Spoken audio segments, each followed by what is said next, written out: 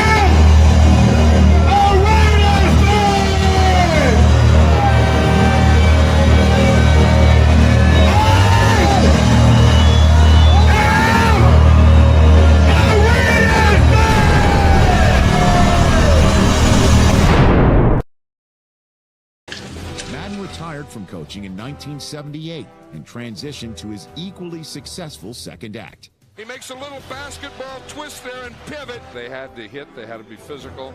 As an Emmy Award-winning broadcaster, he forged a dynamic partnership with Pat Summerall. You know, John, you and I have been around this game of pro football a long time. And in many ways, that duo became the voice of the league on television. This guy crosses here, he crosses here. They have no idea where we are, who we are, where we're coming from, or who we're throwing to. Very interesting. During his time as a broadcaster, Madden popularized what became known as the All-Madden team.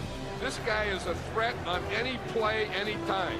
A collection of players who epitomized Madden's gritty, hard-nosed approach to the game. His toughness going inside, outside. That persona meshed with Madden's unassuming demeanor and storytelling abilities to form a combination that pushed football on television to new heights. Watch the center here, the block, boom, boom. They get this going back, and then they can get the first down.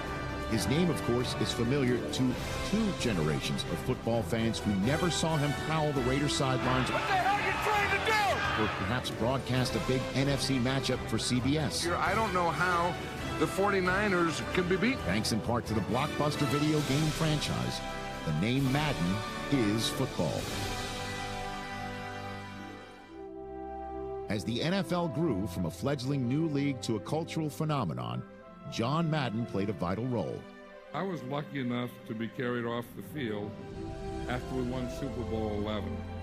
And today feels like the second time in my life that I'm being carried off the shoulders of others. His influence continues to be felt and forever will be felt across the game.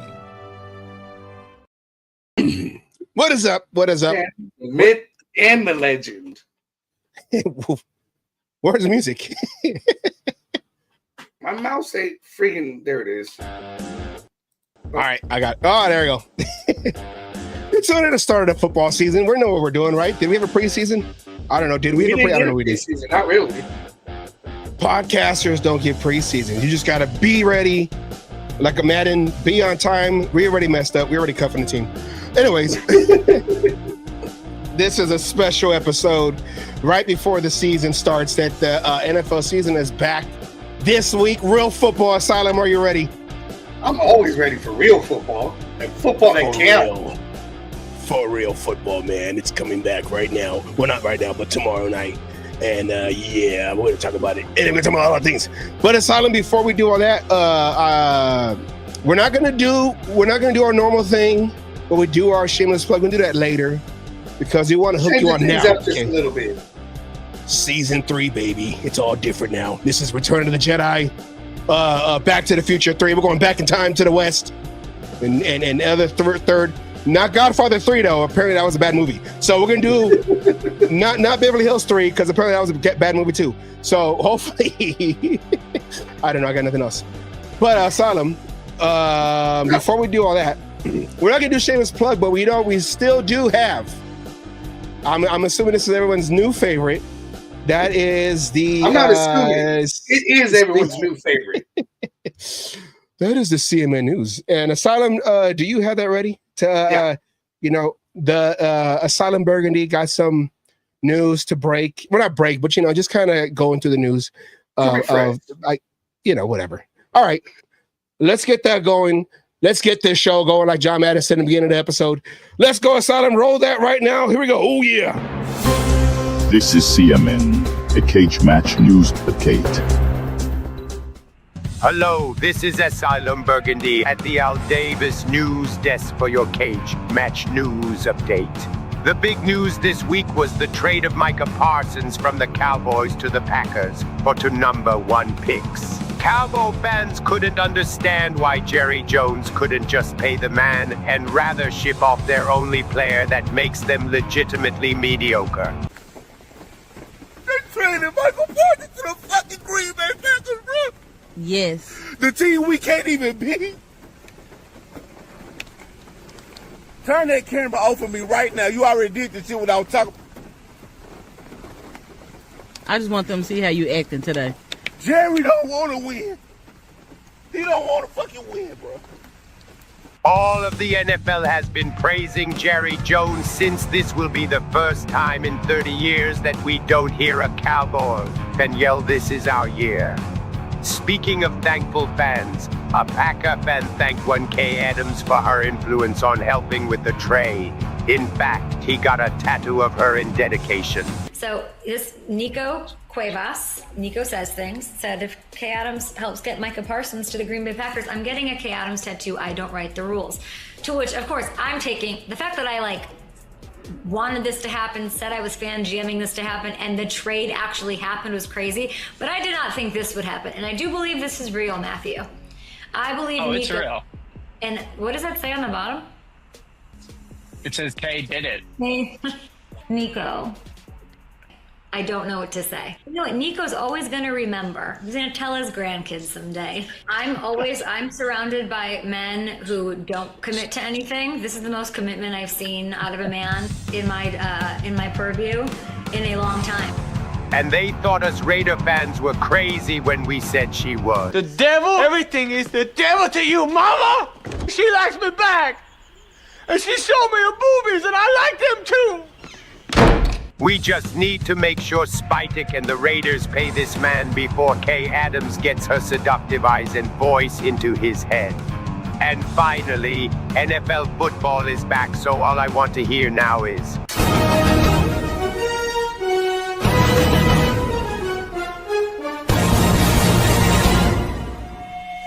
But with Greedy Goodell shutting down Stream East website that streamed the games for free, you will now need to purchase YouTube TV, Paramount Plus, Netflix, Apple TV, Peacock, Disney Plus, OnlyFans, Sunday Ticket, and Red Zone. Or someone needs to find a way to bring back this little black box back into our lives. The greatest underrated invention for many reasons. You Roger Goodell, go Raiders. Thank you, James Earl Jones and Asylum Burgundy. I mean, the black box would be awesome. I mean, we all got to get that OnlyFans. We just got to figure out which one is the right one to get in there and everything else. I mean, yeah, it's just friggin' crazy. That is your CMN. I was gonna say he was crunching in there. All right, that was your CMN update right there. Asylum Burgundy, bringing the heat, getting ready for week 1. We warned you, okay? Remember, we warned you about Kay Adams. We warned you. You know what? I can't believe a freaking guy actually tattooed her on him. I mean, he's hoping he can get free subscription to her OnlyFans, because that's the only way he's going to see anything when it comes to Kay Adams. I just think it was funny when she said, "I'm just surrounded by men who don't commit." Yeah, and you end up getting them traded to other teams. All right, Asylum. But there was some good news, or not good news. There was an article out there about the whole Jacoby Myers situation, and I did send it to you, and I liked it because it was basically, it's just, he asked for the trade. He broke it down. This is Jacoby Myers' words. He asked for the trade. The Raiders said no, and now he's buckling down for the season. That's the story. He's not causing no waves. He knows, okay, I'm going to play and either not be back or I'm going to get my contract extension, whichever way it goes. But, I mean, he's not playing games like certain other players have done. And, he's not all of a sudden getting a hamstring injury. Kay Adams can't teach him that one. I'm sure she knows that cramp real well. It's called a Charlie horse. No. I mean, that was a great story and good to hear, because while we heard is about how he's buckling down and, out there doing what he needs to do, and he basically asked for the trade, was told no, and he's not even taking it sideways. It's like when my stepson goes, "Can I watch TV? No, do your homework." Okay. All right. No fighting. Yeah. All right. Okay. All right. Let's get on with the show. All right. The reason why we're here to spread good juju, that John Madden aura before the season. Let's all right. So I'm doing my introduce. Okay. Yeah. But you said all right, so I'm trying to go with that. That's Leo Getz, not Luke Getzy. Okay. Anyways, all right. Yes. Let's get this show started. Let's bring on the man of the hour, or the man of the 2 hours, the 2 hour show here. Asylum, do you have the intro ready? I'm ready. All right, let's bring on the man. Let's jump on the bus with Anthony Martinez. Asylum, let's get that going.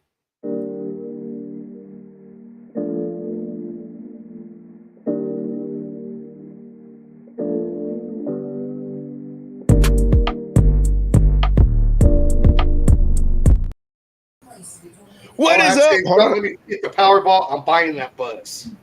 Well, I hit that Powerball. There will be signs. Oh yeah. Well, guys, good to see you again. How's it going? Good to see you. Pretty good, man. Hey, look, I got my my little Yoda cup, and it's win-win-win, right? Right. Yes, let's go. But we're on the dark side, though. And the Raiders on the dark side. If you hadn't noticed today, I come prepared. I'm wearing a black shirt, okay? Silver and black, right? I got silver up in here, okay? Got the black shirt. He even said it right. That's silver, brother. You know who always say it wrong. It's silver and black, not black and silver. That's what I said. Silver and black. That's what I meant. Silver and black. You said it right. Yeah, from head to toe. From head to toe. From the side of the head to the toe. Yes. I got up top. So now, before we move on, we first got to say happy birthday, Anthony. How are you doing? Thank you. Happy birthday. He turned 18, so he is almost legal. Right. You got that 18 backwards, don't you? I hope there's just coffee in that cup in there, sir. Well, I feel pretty good for 81, okay? I really do. I feel real great for 81-year-old, you know. You look good for 81 years old. I'll tell you that right now. Well, thank you. You got more energy than I do right now. I did not buy the ticket. I haven't even left the house. I was Wednesdays. I work on the show, mother. That's why I was telling you. I don't know if I'll make it. Plus, my car's in the shop, so maybe I'll send Jessica over there. I don't know. $2 can be worth 2 point whatever it is. I don't know. But anyways, if I 81. I say say 18. That's all I'm saying. You say 81. I say 18. You don't look anywhere near 81. I've seen some 81-year-olds, and you're like, "Whoa, bro." How was Jesus when he was walking around? Because you look that old, but you don't look that old. Okay, you don't look that old. Yeah, thank you. Well, you know, my wife keeps me in shape. You know, she feeds me well. You know, and she keeps me on the straight and narrow. Okay, I mean, you know, we're coming up on our 60th wedding anniversary in December. Well, congratulations on that. Okay. Oh, by the way, come to think of it, John Madden's wedding anniversary is December 24th. Yours too? They would have been married 60 years too. Him and My Virginia. parents is December 24th. They're coming up on their 50th this year on the 24th. Yeah, John Madden. Yeah, Madden. That's it. That's his anniversary. God bless him. You know, 60 years, man. That's a long time. That is a long time. You know, well, I mean, we started dating in 62. All right. 62. Hello. So it's been a long time. Yeah. Like I said, she takes good care of me. You know, it's amazing she's put up with you for that long. I don't know how she did it. I think it was that 5.5-inch foot she has. Hey, she keeps it where it hurts, right? You know.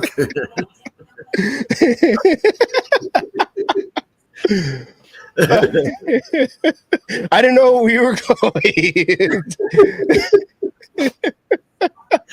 Well, she's tough. I'm telling you. You know, she's tough. Okay, she's like her daddy. Her daddy was a Marine. Okay. God bless him. He passed away in 2023, a few years ago. But he was a Marine, and I think she inherited a lot of his ways. You know. Yeah. You know, I have to get up in the morning, and I have to salute her. Okay. Right? I have to make sure her tea is ready in the morning. Make sure the bed's made nice and tight, shoes are shining. Happy, you know. Well, you know, happy wife, happy life, right? No wonder you were so good for the John Madden thing, having everything pressed and pleated. She taught you well. Oh, she sure did. She taught me manners too. You know, growing up, you know, I don't know about Sal, but when I was growing up, baby, hey, it was a fresh tortilla, you slap some butter over, roll it up, and out the door you went. That doesn't work anymore. That was my meal. Well, that was my meal every day at FedEx before I met Jessica. So, yeah. Well, come on. Now it's you got to go to the grocery store and buy a tortilla. This time, if I go out the door, I better have a napkin in my hand. Okay. And a clean shirt and clean pants on. All right. She won't let me go anywhere, you know. She takes care of me, though. She really does. She really does. She takes quite well. Quite well. So now, well, go ahead. No, I was going to say, so how excited are you for football to be back? It felt like well, for us Raider fans, you know, another new coaching change and everything. It just seemed like another long off season, waiting to see what we're going to have. Now we have Pete Carroll. So it's like more excitement. Like, okay, we got a coach that's experienced. Let's see what we're going to have for this season. How are you feeling with the football season? Literally just starts tomorrow, and then we're going to talk about it later. Yeah. But first game tomorrow. Dallas, you know, Dallas and Chargers, right? Yeah. Dallas and, no. Eagles. Rather. Well, they can forget about it. Yeah. Dallas fan, you know. I'm sorry, Dad. My dad, he was a Dallas fan. Okay. He was a Dallas fan. He said it best. This is the first time El Paso, Texas. I have to hear this is our year. But going against them, no way. How would he? How would he have felt about this trade? Yeah, I mean, they don't even have a running game. The Cowboys, from what I hear, you know, they don't even have a decent quarterback, from what I hear. No, he's fragile. He's fragile. Yeah, I'm looking forward to it. I really am. And if Madden was here right now, he he'd be ready to go. He gets very, very excited at the beginning of the season. Very excited. And how was being, you drove for him for three seasons when he was a broadcaster. How was Madden starting the season? How was Madden? Once this weekend's coming up, how was he? How was his emotions? How did Madden prepare all that? Oh my God! He got in all the preseason games. He watched all the preseason games and the rookies, and he dissected all of them. Who he would pick, who he would keep, who he would keep on reserve, and the rest of them he would just throw them to the curb. But he would get all excited because he breaks them down. The defense, the offense, the special teams. I mean, he really chops them up and breaks them down into little bitty pieces, and then he mentally puts them where he thinks they should be. Okay? I don't give a damn what team he's talking about, but it was always dissecting the whole team. And then he'd go by the coaches. How do the coaches think about these players, And they would decide where to put them, They, like just recently, what happened, Sal, 2 guys showed up drunk. Hello. You don't show up drunk for training. What the hell's wrong with you? The man's career is out the door now. But Madden, he would actually really get so excited about the new season coming up. We would often leave in August, okay, so he can do the first game. And whoever team that he was going to broadcast, he would look at all their preseason games, both sides, okay? And then he would put it all on paper, and he would sit there and write things down. So he knew everybody that was on that team, okay? He knew the defensive players. He knew the special teams. He knew the offensive, the coaches. He knew everybody. He was very sharp. He's very sharp. And I could hear him, talking about these teams. Well, he should have. I would have put him over here, or I would have played him there, and blah, blah, blah, blah, But he was very excited. He's like a little kid in a candy store, right? Very, very excited. Couldn't hardly wait, to get down the highway, and get the show on the road. Were there any right before the season, that first trip to the first stadium or location, were there any rituals or anything that he would have to do, right at the start of the season? Yeah, superstitions. Well, not really. He when he was on the bus, he had his thing that he does when he gets on the bus. The first thing he does, he gets on the bus, he sits down and has a cup of coffee. That's the first thing. Okay? That's the first thing he does. Then he'll grab that USA Today newspaper, and he'll go through that and read his newspaper. And then he'll ask guys, how you start the tape, I want to do this, I want to see this. Then he starts taking notes, and then he would pretty much relaxed, okay? Pretty easy going, all right? Until somebody calls him on the phone. Once somebody gives him a call, it could be another coach, it could be a newspaper guy or whatever, right? All of a sudden, all hell breaks loose, Then he goes into his thing, raising his hands. What do you mean? Well, hey, blah, blah, blah, blah, blah, blah, blah, and on and on and on for maybe 2 hours, talking to one person, okay? And when he's done, hangs the phone up, gets some more coffee, sits down, just as quiet as can be. A lot of people don't see the other side of John Madden, that time when he's just sitting there looking out at the scenery. Just sitting there drinking his little coffee, just so relaxed, And then all of a sudden he look at one of us, just sitting there. Hey, Tony, how you doing today? Pretty good, Coach.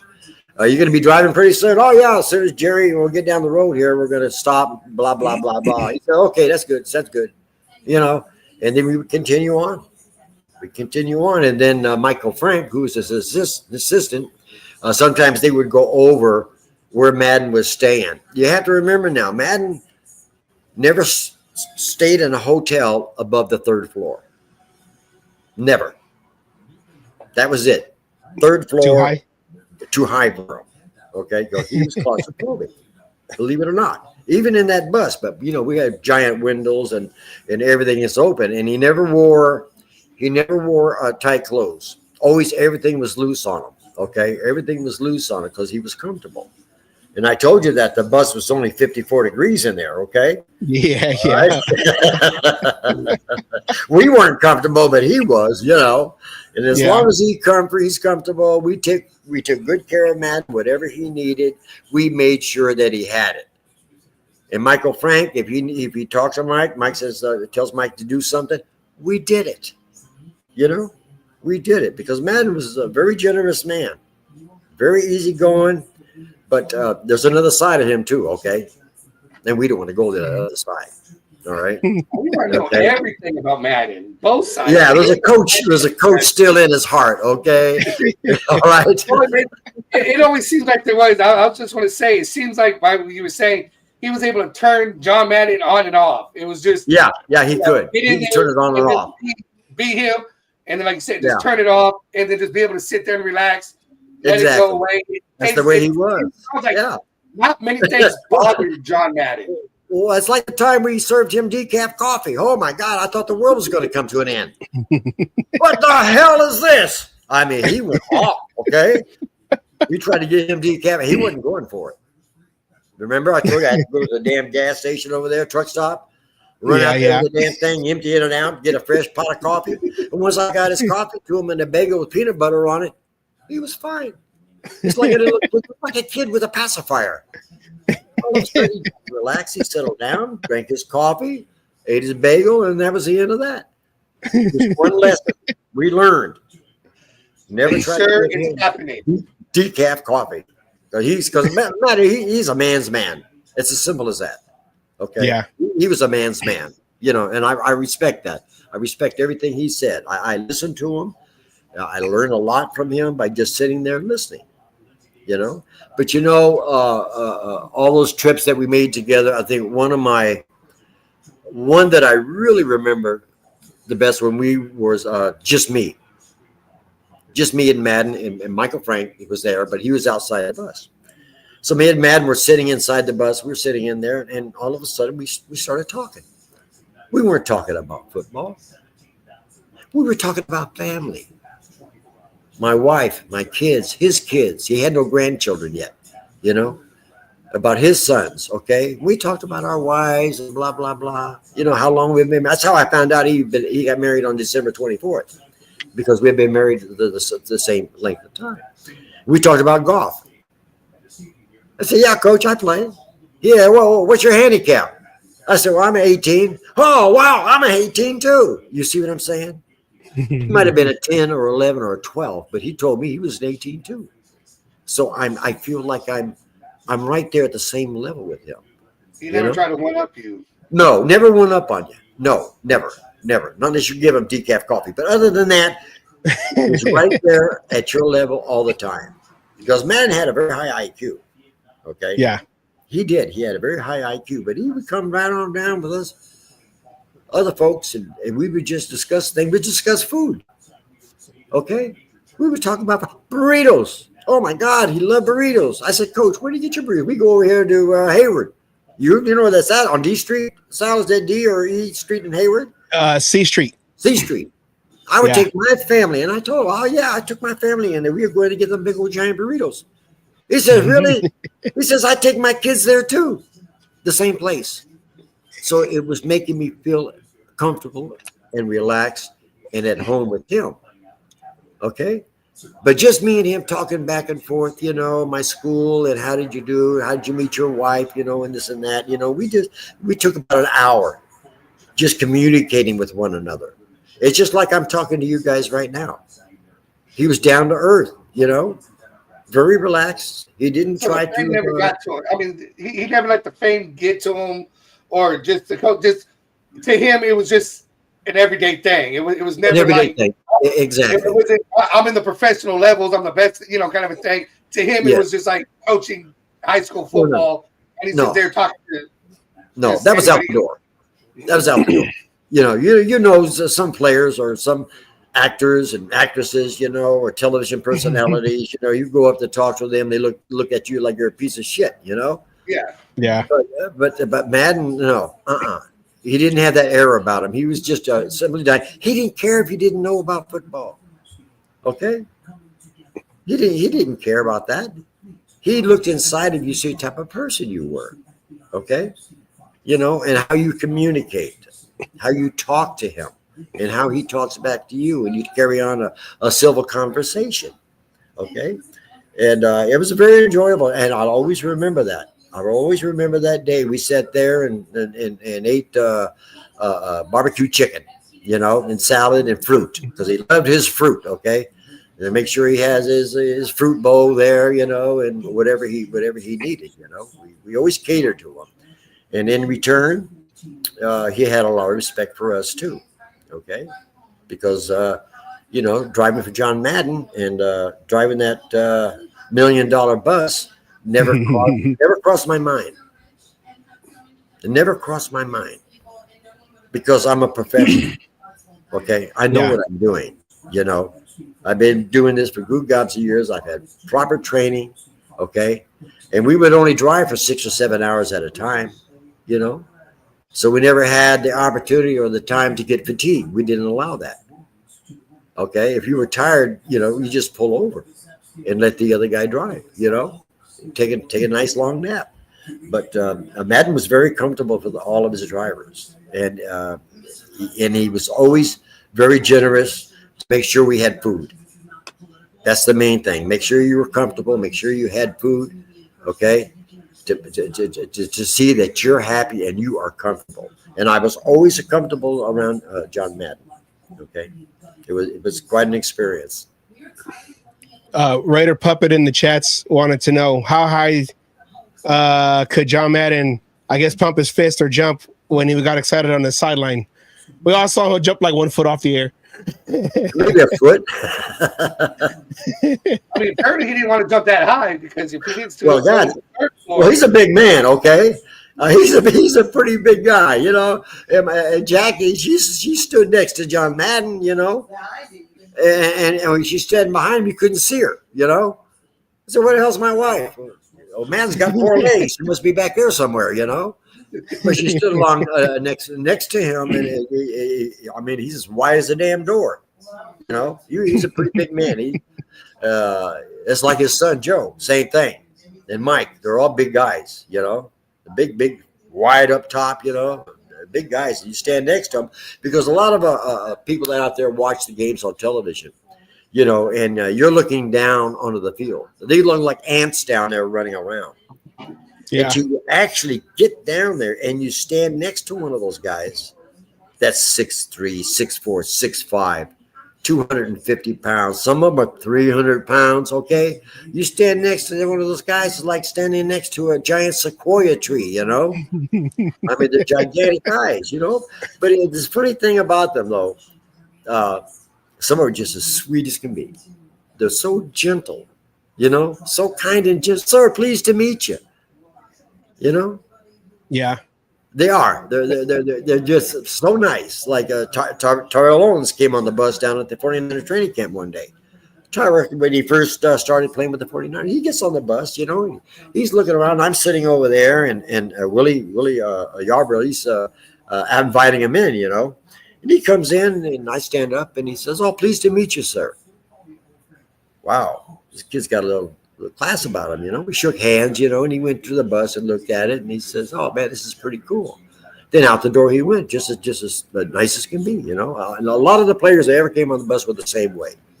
Yeah. That's like Pat Summerall. Pat Summerall was like that too, It's the same thing. He didn't look down on you or anything like that, because you were one of the fellas, okay? Yeah, you were one of the fellas. All right, you weren't a running back. You're not a receiver, you're not a quarterback, you are one of the crew. And he made you feel comfortable. Madden did that. He made you feel like one of the crew, because you had to get along, because that's a long ride from California to New York. Okay, Yeah. And they can do it 90. They can do it in 90 hours. They've done close quarters. In close quarters too. Oh yeah. Well, speaking of close quarters, Puppet also wanted to know. He goes, "You may have already asked, why did John not like to fly?" Oh boy, that last flight, I think it was, that he was on when he flew back to Oakland. It was one of those flights where you run into turbulence. You know, if you've ever been on a plane, you know, like flying over Colorado, right? And all of a sudden, that damn plane drops about 1,000 feet, and you're in that damn seat, and I'm hanging on to the things that are right there, the armrest, right? And I'm squeezing. My wife, she had to protect me because I couldn't get my hands off the damn things, man. I wouldn't let go.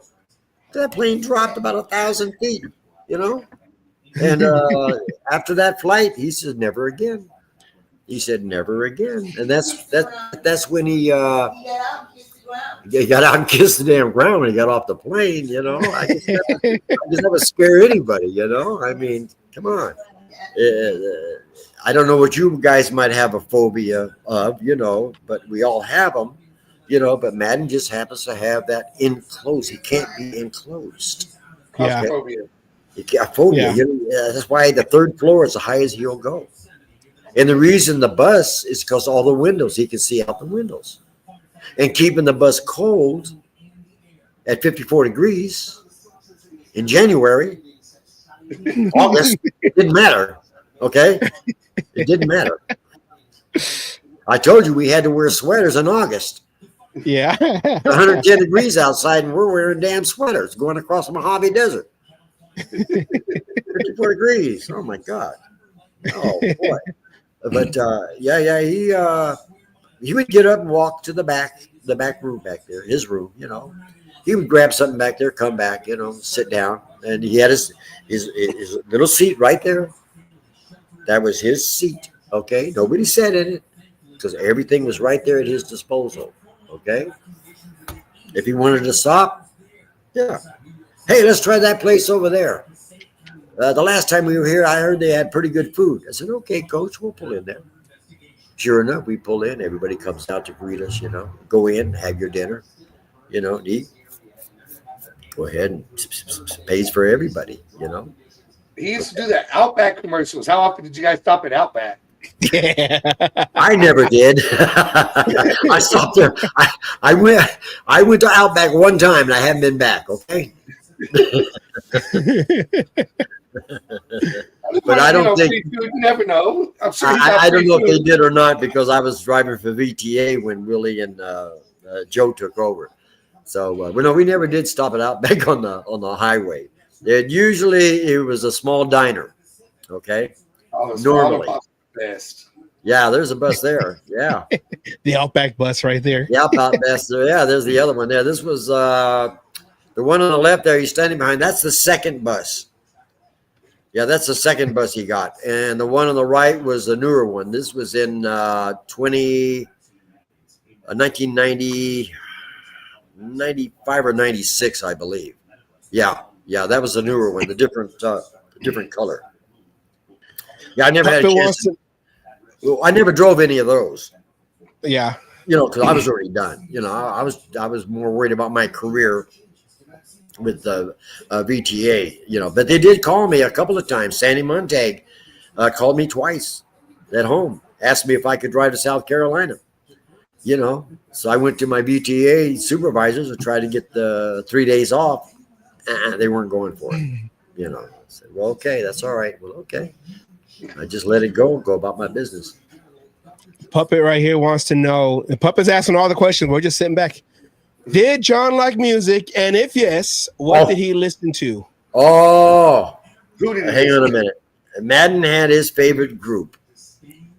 Oh, God, what has the name of that group? In the, shit. He had his favorite group. Oh, if I could just remember the name of them now. Oh, man. And oh, boy. Oh, wow. Hang on a minute. It'll probably come to me. Hey, I'm 81. I can forget shit, all right? Yeah, you're allowed. It's okay. We do it all the time. The Blowfish. Huey Lewis. I got it now. Oh, no, Hootie. Woody. Hootie and the Blowfish? Hootie and the Goldfish. That's it. Is that it? That's the name of them? I got to ask the professor. Hang on. Let me ask my Hootie? Oh, Hootie and the Blowfish? The wife knows Hootie and the Blowfish. That was his favorite. Yeah. See, we're all thinking like Ozzy Osbourne or Ozzy Osbourne. Yeah, he has mentioned Ozzy Osbourne. Yeah, he has mentioned them. I remember that. I remember him mentioning them.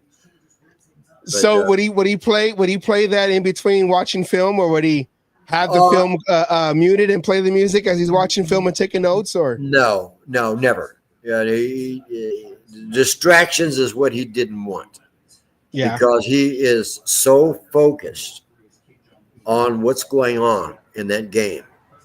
I mean, I don't have the patience to sit there and see things that he sees. I don't have that talent. Okay, but he'll see something nobody else sees. Okay, why did he questioned why did that lineman move to the right side for no reason? And the play wasn't even going that way. He saw those things. Okay, he saw little things, and he would bring it to the attention of little Mike in there, and he'd bring it to then he would write it down. But there's nothing that got past him that he didn't see. Okay, all right. He was pretty sharp. Okay, but the glowfish, bowfish or glowfish, Huey Lewis. What do I know? You said that you and John Madden would talk a lot about family, personal stuff. I don't recall any of his children going into the sport of football or coaching or playing, whatever. No. Was there a reason behind that, or it was just they did high school? I think Joe did some high school coaching. Okay.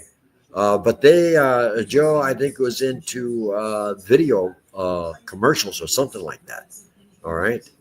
But they have a studio, Well, they had a studio that I know about. Okay. Yeah. They had a studio, but I didn't pry into it, but I know he had a studio. But he did. I think Joe did get into football in high school. An instructor there, I believe. So you said that John Madden, when someone would call him, he'd be on the phone for like 2 hours, just loud and all that. Were any of those phone calls Al Davis? And if it was Al Davis, could have been. Was Al Davis going to say, "Hey, John, well, do you know anything on a certain team?" Or I was just like, "Hey, John, I have to tell you, I can't mention any names who he was talking to, but I do know a few of them. Okay, I mean, he every now and then he would ream some asses on the phone. Okay, but I can't tell you who they are. Okay, but there were some very important people that called him sometimes, and he always stood his ground. Okay. Yeah. Okay, he always stood his ground. He did. And then they start laughing afterwards. Okay, then he would start laughing like it was a big joke. Okay, all right, Parcell.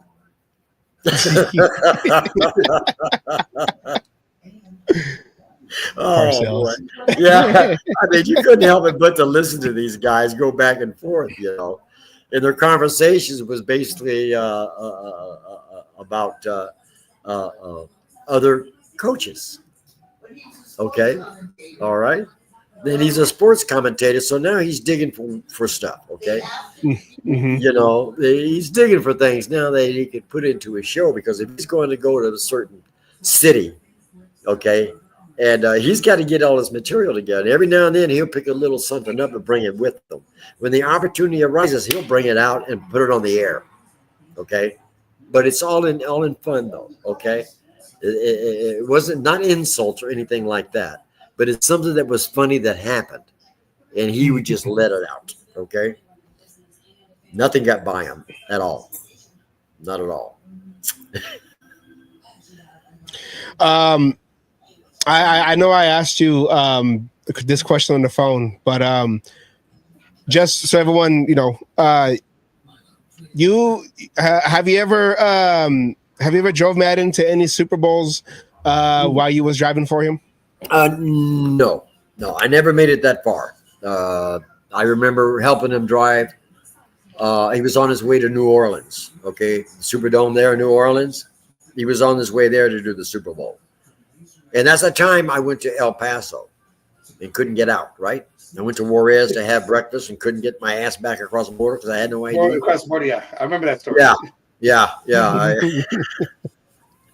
Yeah, they were on their way to New Orleans. Always remember, have your wallet on you, everybody. Damn wallet. Bring your ID with you, kid. You know. I learned my lesson. I guess I'll have two. One, we know John Madden had a short playing career. Did he ever talk about his playing time in, like in college? His playing career? His playing career before he grew out his knee? Not really. It was a very short career, No, he didn't talk about that much. No, he didn't. But he mentioned a lot about Cal Poly, because he was a back catcher for Cal Poly baseball, and he loved baseball. Like I said, if you go on the bus, you'll find a mitt or two mitts on the bus and baseballs, because sometimes during the breaks, they get out there and play catch. Okay. If he's not doing anything, the other guys get out there and start playing catch, It's not all about football all the time. Sometimes it's about fishing, okay? Yeah. Or other sports. He wasn't into hockey, I can tell you that. No. No hockey. But he loved his wrestling. Like the cage wrestling. Oh, he loved his wrestling. Professional wrestling. Exactly. And boxing. WWE, Oh, yeah. Boxing? Oh, he was all into boxing. He called me Macho Camacho one time, because the shorts I was wearing before I went to bed, Hey, Macho Camacho. This is the cage match. So who was his favorite WWF at the time? Oh, wrestler. I couldn't tell you, but I know that he enjoyed going to those matches, He really enjoyed that. He enjoyed boxing a lot, okay? Like I said, he wasn't into hockey, he wasn't into badminton, or anything like that. But basketball, football, and what else? Golf. Oh, he was into golf. Yeah. See, I would love to hear John Madden commentate for golf. All right, here we go. Right here, he's over here at the hole, and boom, there he goes. Well, Pat Summerall did it for years. Yeah, Pat Summerall did golf. He got like that calm voice. That. Yeah. But golf is a quiet sport, and you have John Madden. Right. All right, he's here at the 8th hole. He has to make sure he gets past that trap, and he's drawing on the thing. The trap is right here. You gotta make sure this is a no area. You want to make sure you get around the tree, and the wind factor. You have to make sure you curve that, and boom, right in the hole. Yeah, he would probably do that too. And then he would draw a line on the green to show you where the ball should have gone. Yeah. You see right here, he didn't turn his hips the way he's supposed to. Yeah, he's supposed to swing the hips, not twist the hips. Oh, yeah. It's all in the hip. It's all in the hip. Remember now, when I went to pick him up, the first thing that came on the bus down in the storage bins was his golf clubs. No suitcases, his golf clubs were the first thing to go on the bus. I remember picking him up. All of a sudden, he brought out this set of golf clubs. I had to pick them up, put them on the bus. Next thing, in a little bag, a little suitcase, then the other small travel bag he takes inside the bus, But, he always brought us golf clubs because him and the rest of the guys out there, I'm pretty sure when they found time to go play golf, that's what they did.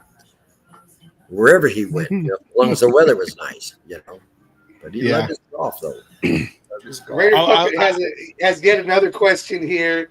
He asked, was John ever emotional with you? Did he ever share his feelings? Oh, no. Never. We respected one another. Okay? He had a lot of respect for me, and I had a lot of respect for him. And we would address that by talking to each other. We never had anything derogatory to say with one another. Because one day I was at the 49er training camp, And Madden was finishing up, and I was standing outside the bus, you know, because I had my VTA uniform on, you know. They came right up to me. Hey, Tony, how in the hell you doing? You know, it's good to see you. Pat me on the back. You got on the bus. They took off, you know. Okay. And I've seen him do that dozens of times. Where he saw somebody, he would wave at him. Hey, Bob, what's up, Bob? How's the game? Blah, blah, blah, blah, blah, blah. He don't forget names either. Okay? I'm bad at names. Yeah, I'm bad at names, I never too. forget a face, so. Even my wife has to remind me of her name every now and then. With that 5.5 foot. Yeah, Oh, she's sitting over there listening. You know, trust me, she's listening. She don't miss a thing. Let me tell you. Okay, she don't miss a thing. I mean, remember I told you about when we were discussing. Oh, we're going to do that later about the ladies and getting into the football stuff. We'll discuss that after a while. Yes. When you're ready for it, you know. But my wife, she's pretty sharp. She don't miss much of anything. You know, she don't miss much of anything. Yeah, she definitely missed on picking football teams. I'll tell you that much. Missed there. You know, and I know you said in the last episode that she's a Kansas City fan. I was going to ask you how was the household? Was it 2 years ago when the Niners and the Chiefs were in the Super Bowl, and it happened to be on our field in Las Vegas? But so there's the triangle tie right there. Yes. There's yes. that. Yes. Well, but how was it hostile? You just woke her up, okay? Yeah, because my grandson Corey, he's a diehard Raider fan. Okay. Yeah. You go to his house in Livermore over there, and he's got his Raider blankets out there on the bed. He's got a Raider paraphernalia, got a Raider everything in his room. Myself, I grew up to be a 49er. You know, a lot of people can't say they went to Kezar. I've been to Kezar already. All right, but Kezar Stadium to see a football game. Yeah. Okay, John Brody, for Pete's sakes. Okay, I mean, you know, and my kids. I'm a 49er fan. My daughter's a semi 49er Raider fan. My other son Mario, he's a Raider fan. Okay, and my oldest son, he's a fan of everybody. Okay, but my wife now was originally a 49er fan until Mahomes came into the picture. Now that's her baby. That's her baby. Okay, well, she's over there laughing right now. Okay, that's my baby. And she can stand listening to him sound like Kermit the Frog when every time that she can. I'm here. She can stand the I'm voice. here. Yeah, she can hear you guys. Hey, look, she can hear a gnat fart a block away. Okay. She got a little bit of ears, okay, but she can hear everything, okay. But she can stand listening to his. I can't do the voice right now. To his voice sound like Kermit the Frog. I can do Miss Piggy's voice. I'm here. I'm here. No, I can't. Go ahead, honey. Say it. Say what? Whatever you want to say to these two guys. Oh, get your crying towels out. Don't put me on. Oh, I'm with John. There you go. Don't get your crying towels out.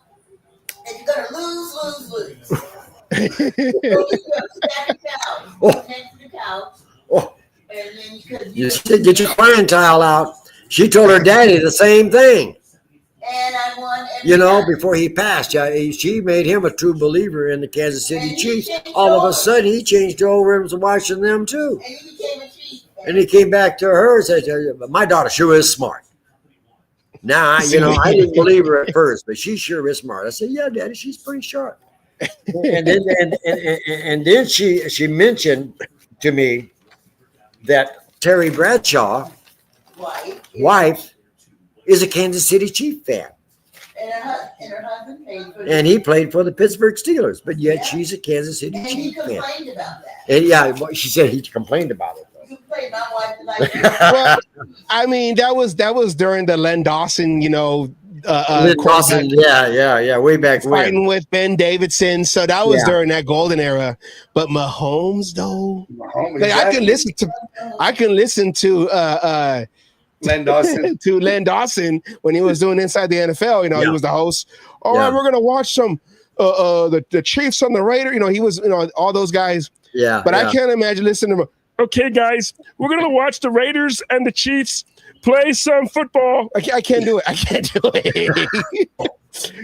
sound like Ray Ramon. Ray Morano. When is that okay, game? guys.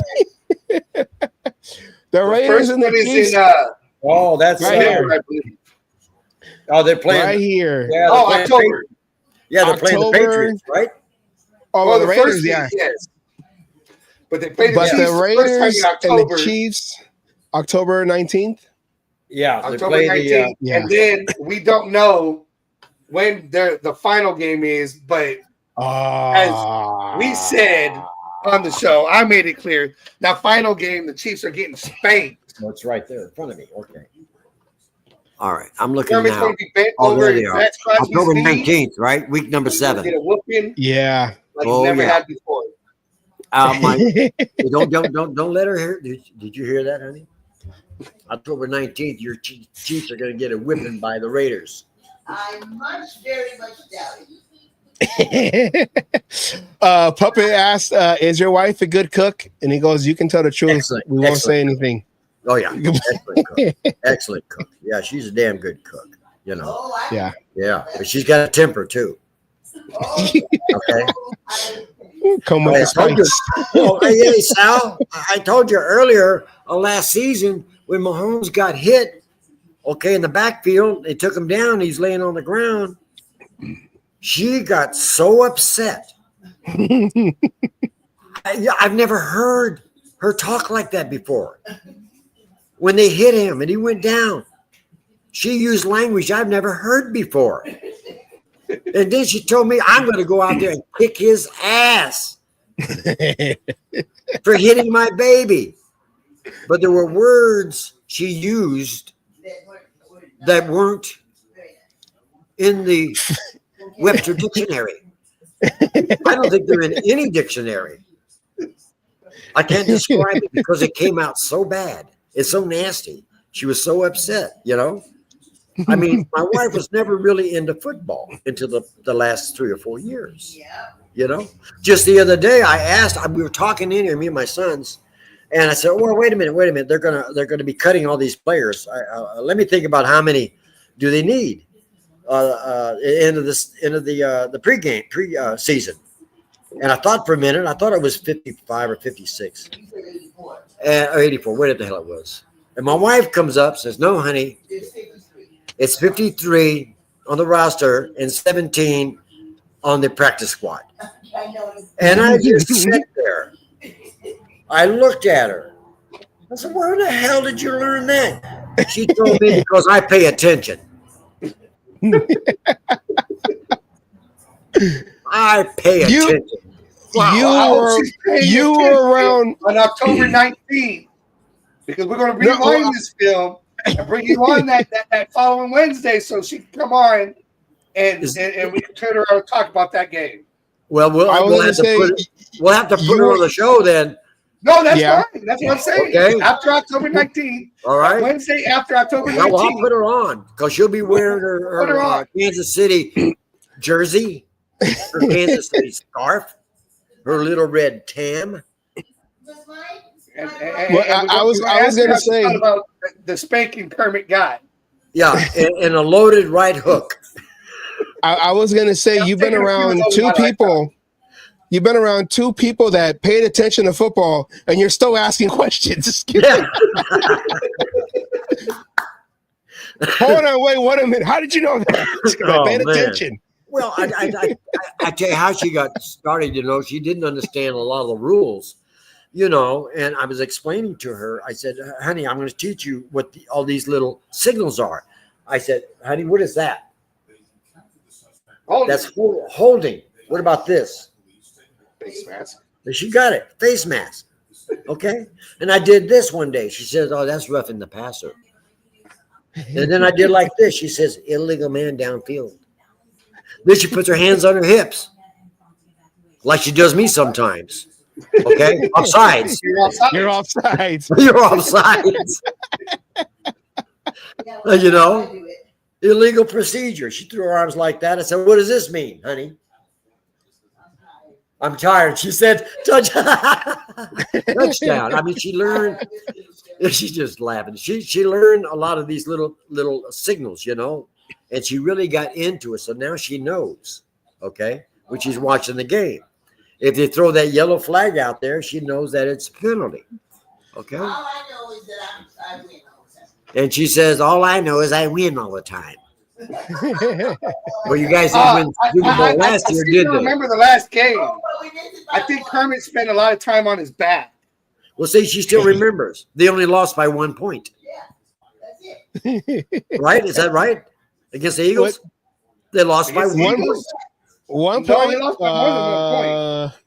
1 That was point. the first Super Bowl. The first Super Bowl, They won they by won 1 by point. 1 point. They won by 1 The point. last one, The last one. Patrick Mahomes spent a lot of time on his back, They lost. Yeah. and they lost by Yeah. like 15. It was very close. Now she says it was very close, okay? And we can't go there.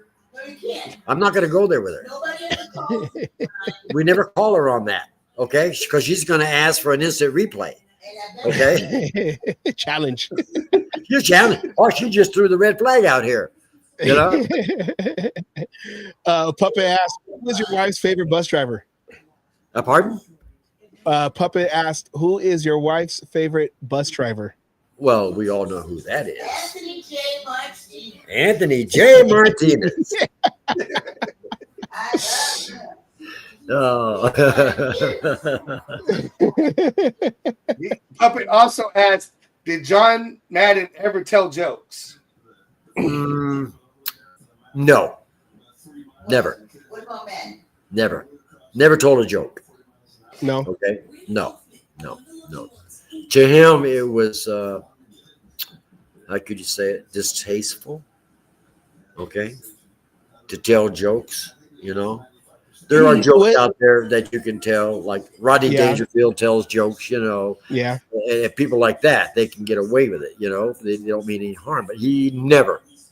I've never heard him tell a joke. A story, yes, but never a joke. I was going to say, he was around a lot of characters when he was coaching the Raiders.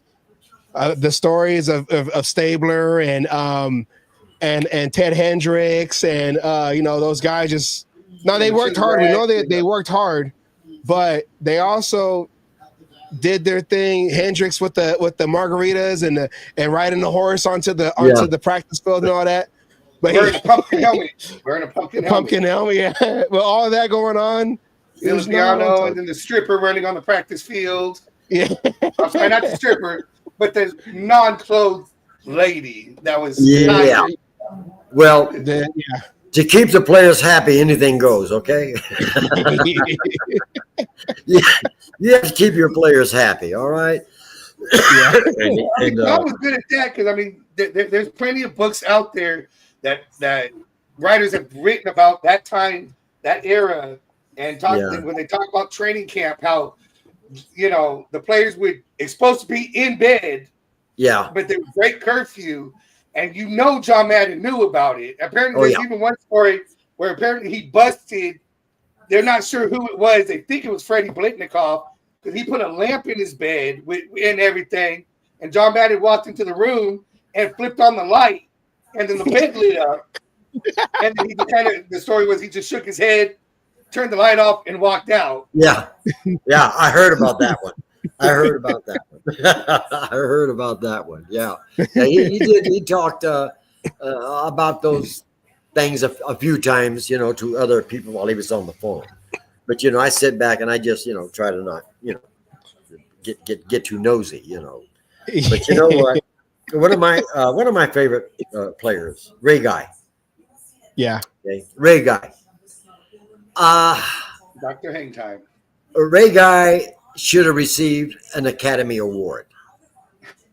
The best actor in the world. I watched him fall down after kicking the ball fall flat on his back, pretending he was hurt, and there was nobody within 10 feet of him. He was the greatest at it. He got away with it sometimes, roughing the kicker. LeBron before LeBron was LeBron. Yes. He got away with it, you know. A lot of times, a guy would just go by him too fast, real close to him, and he would go down. The leg would go up in the air, you know. The ref would see that. He would throw the damn yellow flag, right? Roughing the kicker. I said he was the greatest at it. I used to get a kick out of him. I said, watch Ray Guy, watch what happens, you know. Guy didn't even touch the poor guy, and he went down, you know. I said, well, I tell you. And now with all these games, Ron learned it from. Oh yeah, well, Ray Guy. Oh, Ray Guy, he was something else, man. He was fun to watch. Okay, he was fun to watch. Well, talking about NFL rules earlier, and then the old Raiders. I'm trying to segue this. Going into this new season, and I sent you the video of the new rules. Let's break that down. Let's you know. We're going to break this down, and we're going to ask how you feel, and then how John Madden would feel about this new NFL, going into this season, and in general, whatever. So let's go into the new rules right here, over here. Okay, 2025 NFL rule changes. Here we go. First one: free kicks. Free kicks. That's one of the most exciting plays, if not the most exciting play in the game of football, the kickoff return. Runs it out to the 15 to the 20. Breaks a couple of tackles, loose at the 35-40. One move left sideline 50. He's at the 40, gets a block. He's got at the 20, at the 10, 5, touchdown! When we had the one-year-only rule of the dynamic kickoff, we saw 332 competitive plays. We had 59 plays of 40-plus yards or more. That's flipping the field. We want to encourage the return because we feel like we have a play that is, one, dynamic, but most importantly, safe. So with the kickoff, you also have the component of the onside kick. That recovery percentage, we've seen those numbers under 10%. That's not where we want to be. If we can get that back to that 8, 11, 12%, that's a good percentage of recovery rate because you still want to play ball on offense and defense. With the 2025 season, the dynamic kickoff rule becomes permanent with a few revisions. First, touchbacks on free kicks now go to the 35-yard line. Previously, they went to the 30. The other changes are for onside kicks. The rule was that they were only allowed in the fourth quarter, but now a team that is trailing at any point in the game may attempt an onside kick. They still have to declare this option. Also beginning in 2025, all kicking team players other than the kicker must line up with their front foot on the 35-yard line, and both feet must remain on the ground until the ball is kicked. All right. The kickoff rule, the dynamic, it's all different. They changed it 2 years ago or last year, right? Asylum? Last year. Because we remember the old school way where you got the two guys, the line will line up and they wait till the ball is kicked and they run down the field, and the kickoff return has to back up, form their wedges, and then run back as the guys are already coming at them. How do you like this new rule change? This came from the XFL. This is where they got the idea. They had the XFL practice all these rules, and then they bring it to the NFL. Okay, you guys, all right, let's bring it to the NFL now. You guys busted your heads open. Now, okay, this works. Let's bring it to the NFL. How do you feel, Anthony, about this new kickoff rule and the little details and all that? Me? Okay. I think it's a good idea. Good idea, because before, as soon as the kicker kicked the ball, they were all running down the field. And at that speed, by the time they get down to the 30-yard line or even the 20-yard line, this guy that caught the ball is running out. He's doing 15 miles an hour. They're doing 15 miles an hour. And Lord help them if they have a head-on collision down there, which has happened. And it's a safety issue. I can see that. Not being able to leave until after the ball is kicked. Or the receiver, what was it? Is the receiver receives the ball receiver first? has to catch the ball. He has to catch it first before. Yes, before. exactly. I believe that's a good safety issue right there. Okay, because John it's not Madden- going to change. It's not going to change much. Yeah. Okay, because you still have blockers out there. The runner still has an opportunity to run the ball back, regardless. But the one thing that concerned me was these guys running into each other and hitting each other so damn hard. There's a lot of injuries. Okay, so I think it's a good idea, me personally. Asala, what do you think about this new rule of the? I'm all for the rule, especially with the way they're going about it.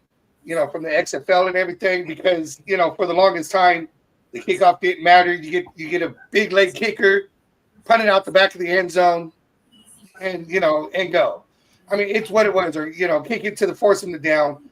The only problem I have with the rule, old and new, is having to declare an onside kick. You take the whole surprise of the onside kick. Remember the Saints in the Super Bowl coming out at halftime? Sean Payton doing an onside kick. Yeah, and they weren't expecting it. I mean, the fact that you have to declare it, I think, takes away, because now the team knows it's coming. Now we can prepare for it. Put your shorthand guys. Put all your wide receivers on that front line. Put your pass catching tight ends in and running backs. I don't like to having to declare. I think they should be able to take that away. And if a team wants to do an onside kick, declare it maybe to a ref so they don't go. But I don't think the other team should have to know that I'm doing an onside kick. Do you think that maybe the onside kick, as for starting the first quarter, second quarter, third quarter, fourth quarter, should not be involved in that? The onside kick? No, I like the fact of it being, and as long as the team is behind, I do agree with that rule. Okay. The team has to be behind. But I don't think, I mean, if you're going into, because it's a way to change momentum in a game. Maybe you're having a bad first quarter and they're up 21-0 right now going into the second quarter, right before the second quarter or whatever. And you're going to get the, you are getting ready to kick the ball for whatever reason, or maybe it's 21-7. You just scored, right? Okay. Right. Or you did a field goal, 21-3, whatever it is. It's an easy way to change momentum and kind of get in the other team's head. That's what happened in the Super Bowl with the Saints. They came out at halftime. When in the Super Bowl have you ever seen a team kick a onside kick coming out of halftime? You don't. No. And it set the momentum for the rest of the game. So I think it's just a way to be able to, change momentum, deflate the other team. Just say, hey, we're not giving up. Just because you're up, don't think, going. I don't think it matters when it's done. I do agree with having to be behind, because a team that's up 28-7 does not need to do an onside kick to try to just rack up the score. I mean, that's just kind of ridiculous. But, as far as being behind, I think it should be allowed anywhere in the game. I like that part, that change in the rule. I didn't like it only being in the fourth quarter, because we've seen teams come back who could successfully do an onside kick, and they had to do it 3 or 4 different times in order for a chance to win the game. And wasn't it like at a certain time in the fourth quarter too? It was like within the 2 minutes. It was something like restricted where it's like fourth quarter. But I know, but wasn't it like within a certain amount of time in left in the fourth quarter or something? I don't remember it being that way. I remember just you had to reach the fourth quarter, and then once it went into the fourth quarter, you were allowed to do it. That's how I remembered the rule. Yeah. It's like you try to us football fans who've seen the old school ways, and then they bring this new one. We all try to think about, well, how about we do it this way or that way? I don't know because we're going for a safety. I don't know if there is a real alternative for the onside kick and to keep it safe. Unless you go back to the old way and don't declare it, but then that'll cancel out how you line up against, when you do a regular kickoff. So it's like, okay, fine. At least you give the team a chance in every quarter and not just the fourth quarter, like Asylum said. So how would Madden like this rule or dislike this rule? I don't think he would have. No, I don't think so. I don't think he would have liked this rule at all. No. Kick the damn ball. There's onside kick. Come on. If the other team is losing, in his mind, too bad. You're going to have to get better. Period. I'm not going to do an onside kick just to get the ball back to even up the score. I'm here to win. Okay. And that's why I'm here, to win. Okay. Onside kick. Go ahead. I mean, gee. I'll leave it alone. It was working before. Okay? Get the damn ball in the end zone and take it at now it's the 40 or 35 now? The 35. The 35. It used to be the 20, but now it's a 35. Yeah. Well, 20, 30, now 35. Yeah. Soon it's going to be in the red zone. There's a break right there. They give them an extra 5 yards. Kick the damn ball in the end zone, touch back, and come on, bring it out to 35. Let's see what you got. Show me what you have. Come on. Okay. Right, we got good players. You have good players. Come on. It's your coaching. Yeah. You're going to have to make a decision. Either make it a running game or a passing game. Okay. And if you can't do that, make it a combination of each. If you can't do that, get out of the arena and get somebody in there who can do it. Simple. Okay. Some old school ways. Well, I mean, come on. I mean, if you're losing 31-0 or whatever, and you're going to give them a chance to get an onside kick, then all of a sudden they start whipping your ass. But the team did it the right way. They ran the ball. They passed the ball. Okay. Their special teams came in, their defense, okay, and stopped you from scoring. Well, that only means one thing. You're going to have to get better. It's as simple as that. No, I don't believe in the onside kick. Madden wouldn't. No, I don't think he would. No. Of course, that's my opinion, but I don't think he would have. All right, let's go to the next rule. The next rule. Here we go. Overtime. When you think about overtime and why there was an adjustment, when the dynamic kickoff was introduced, it changed field position. Hey, 2 first downs, you're in scoring position. So it was something that the committee, one of the first discussions we had right at the combine was around the overtime rule. Is it something that we need to adjust and monitor now with the dynamic kickoff at play? So now you just have one rule. Both teams get a chance to get the ball and play ball. New in 2025, the overtime rule is now essentially the same in both the regular season and the postseason. In all overtime games, the defensive team gets the opportunity to possess the ball, even if the original offensive team scores a touchdown. Overtime in the regular season is still limited to 10 minutes. Oh. All right, overtime rule. Now, y'all remember back in the day, it was sudden death. Yeah. A field goal can win the game. So you want to make sure you win the coin toss. And if you lose, you better make sure that you play shutdown defense and get that ball back so you can kick a 50-yard field goal or whatever it was. Then they wouldn't change it to, okay, we'll give the defense a chance to score if the offense doesn't score a touchdown. Before that, it was if it was a touchdown by the coin flip winning team, game was over. If they kicked the field goal, then you had a chance. The defense had a chance, and now no matter what, the other team gets a chance. Okay. All right. Suppose we have OT. We have overtime. Yeah. So you go down, blah blah blah. You score 7. All right. Now you got to give the ball back to the opposing team. Okay. And you got 10 minutes, and they score a touchdown. Now it's 7-7 again. It's tied up again. What are you going to do? Now it's sudden death. Now it's sudden death. First field goal or touchdown wins the game. Or safety will win Or the game. safety. Or safety. I don't know about that one. that prolongs the game now.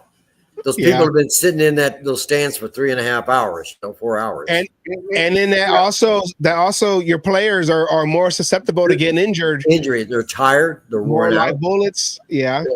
The only people that are going to come out ahead on this one is the concession stands and the damn place in the stadium, because now you got another break in the action.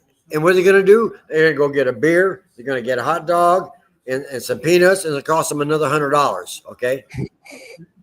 Well, speaking of beer, they cut off beer sales before the third, so halftime. So it goes down overtime. End of the third. What? It's usually end of the third, beginning of the fourth. Yeah. Generally, that commercial that's in there, you have that long to get your beer. After that commercial fourth quarter starts, all beer sales are done. Hey. I don't need to go up. I don't need to go up there and buy my beer. Guess what I have in my coat pocket? Okay. I got my little bottle right here, just waiting. You know. Asylum used to be able to sneak in beer cans because of his straitjacket. They're like, oh no, those are my hooks going off, and he got like a whole 6-pack in one sleeve. Where'd you get that from? Don't worry about it. Those days are gone. Those $1.50 hot dogs, you'll never see them again. Okay. 75-cent beer, no. Asylum, what is your take? No. What is your take on this? I actually like this rule. I understand where it's coming from. I do agree the potential of injury and going. But as Raiders fans, okay, we can go back to that Thursday night game against the Chiefs in Oakland, where we had 4 or 5 extra plays because the clock hit 0. It was technically overtime because of all the defensive penalties that happened to win the game. I like that rule for the simple fact of how many times have we seen a game won because of a coin flip? And that's all it was because of a coin flip. And I'll go to the point, your wife's favorite team cheated a lot that way because they would sit there and there's nothing wrong with taking time off the clock. That's what you're supposed to do in overtime, right? Go. But they would get so many goddamn calls to go their way in overtime for things that weren't good, and the other team didn't get a chance. I think you're putting on display because there's plenty of teams that have an explosive offense, but their defense is, suspect. So just because you want a coin flip in your offense, everyone's tired. Let's have their defense have to also defend. Yeah. If you're that good of a team all the way around, then you can score your points, and your defense should be able to make them go 4 and out. If they're that good, or you score your touchdown, hold them to the field goal, and then win the game. I like it just because it gives it to the point of the better team wins this way. It's not just the luck of the draw. The fact that somebody slipped, they're tired, they slipped, whatever. You got a guy wide open, and it leads to a big play, and now they're winning, that way. I think it shows which teams are more all around the better team. Oh, okay. Do you remember once upon a time a tie was a tie, and that was the end of the game? Yeah. How far back was that? Technically happens. Remember? Yeah. Okay. It was a tie ball game. That's how it ended up. Period. Yeah. A tie ball game. And everybody went their separate ways until the next time we meet. And then they put in this rule. Okay. Flip a coin. Let's break the tiebreaker. Field goal, touchdown. And now they've changed it where a safety, a field goal, a touchdown wins the game. You go into that other overtime. Is that true? No, you only go into another overtime if it's preseason. You Okay, get No. Postseason. Postseason, there is no overtime. No. Yeah, you said preseason. I'm sorry. I meant yes. Playoffs. Regular season. Hey, I'm old too. God damn it, leave me alone. Yeah. I agree with Big Six. I have no problem with ties. Yeah. But you have to have teams ready and going, and this is a good thing in there when it comes to the playoffs and the Super Bowl, because those are the games that will keep going and going and going and going. Like baseball. Just like baseball. Well, see, if baseball changed the rule. Yeah. The fact that now once you hit extra innings, there's a player automatically on second base. Don't like it. Yeah, I don't like that. That way to try to get, but this is kind of, in going. I'm all ties happening, and I'm all for, I'm fine with the 10-minute time limit for overtime, both sides getting the ball and seeing how it ends. Because 9 out of 10 times, what's going to happen, the first team who gets the ball is going to sit there and try to take as much time off the clock as possible. Yeah. As possible and score their points. Yeah. And then I don't like it. Okay. I don't like it. I'm old school. Yeah. I want the sudden death. And I remember a lot of Raider teams will lose because of a field goal. But you knew, like, coin toss, it's a 50-50 shot.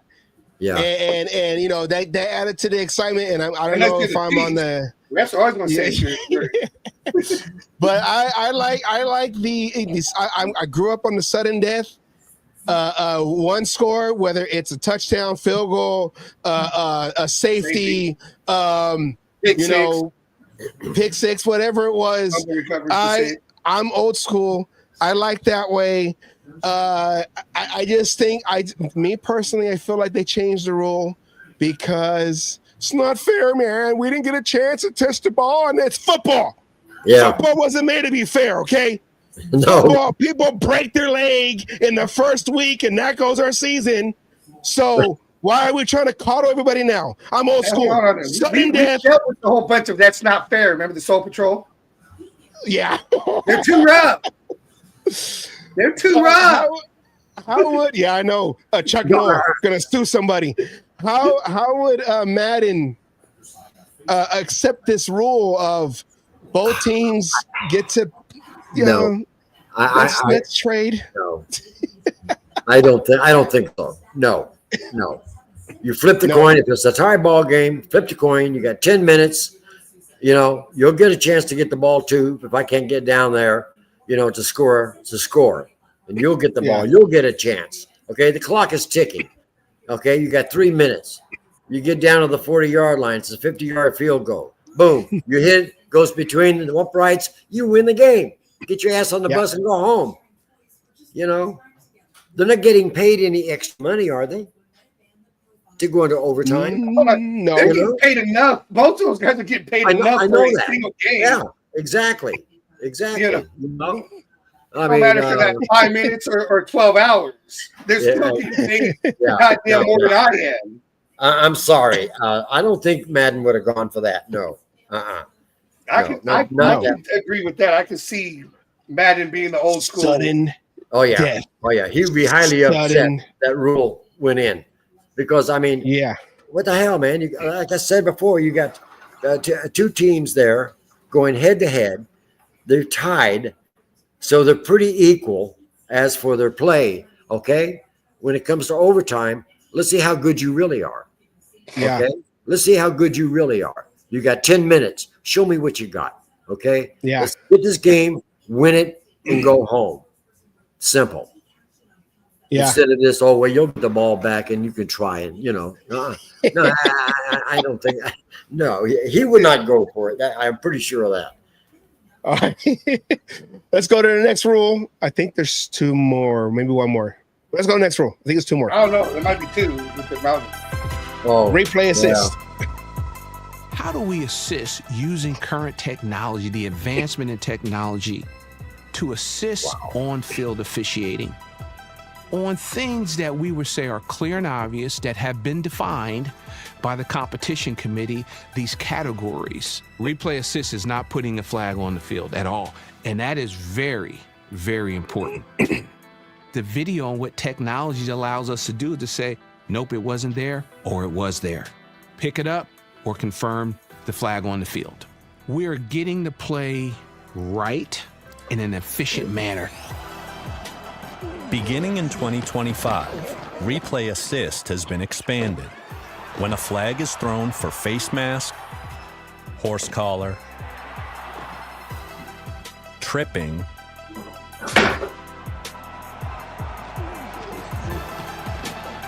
or hits to the head, those penalty flags can be picked up if the replay official has clear and obvious video evidence that no illegal contact was made. While these fouls are subject to replay assist, they are not reviewable and cannot be challenged. All right. Replay assist, basically, if the referees got it wrong, the coach don't have to go and challenge. And these are those challenges that you could not challenge, even if you had challenges. It'll go straight up to the booth or to the upstairs or whatever, and then they'll change it on the field. Do you like this new rule, Anthony? Do you like that the accountability, I guess? I don't know. No. If the ref sees it, he throws a flag. Okay, that's it. I mean, then the coaches, they throw in a red flag. Well, I want to see a review on this. Well, you got another ref comes over and he verifies that was holding or that was a face mask. He verifies it too because he may have seen it. Now they got to go and look at the replays on it, and if they don't want to, they don't have to now. Okay, let's play it like it is. It's getting ridiculous now. It really is. Okay. and they don't use a chain anymore, do they? They're throwing the chain out. It started this preseason, and they are trying to get it to the point of, I think it'll happen during some games and in the playoffs kind of a situation, and it might go into full effect next year, where the chain gang will only be there in case the chip in the ball stops working.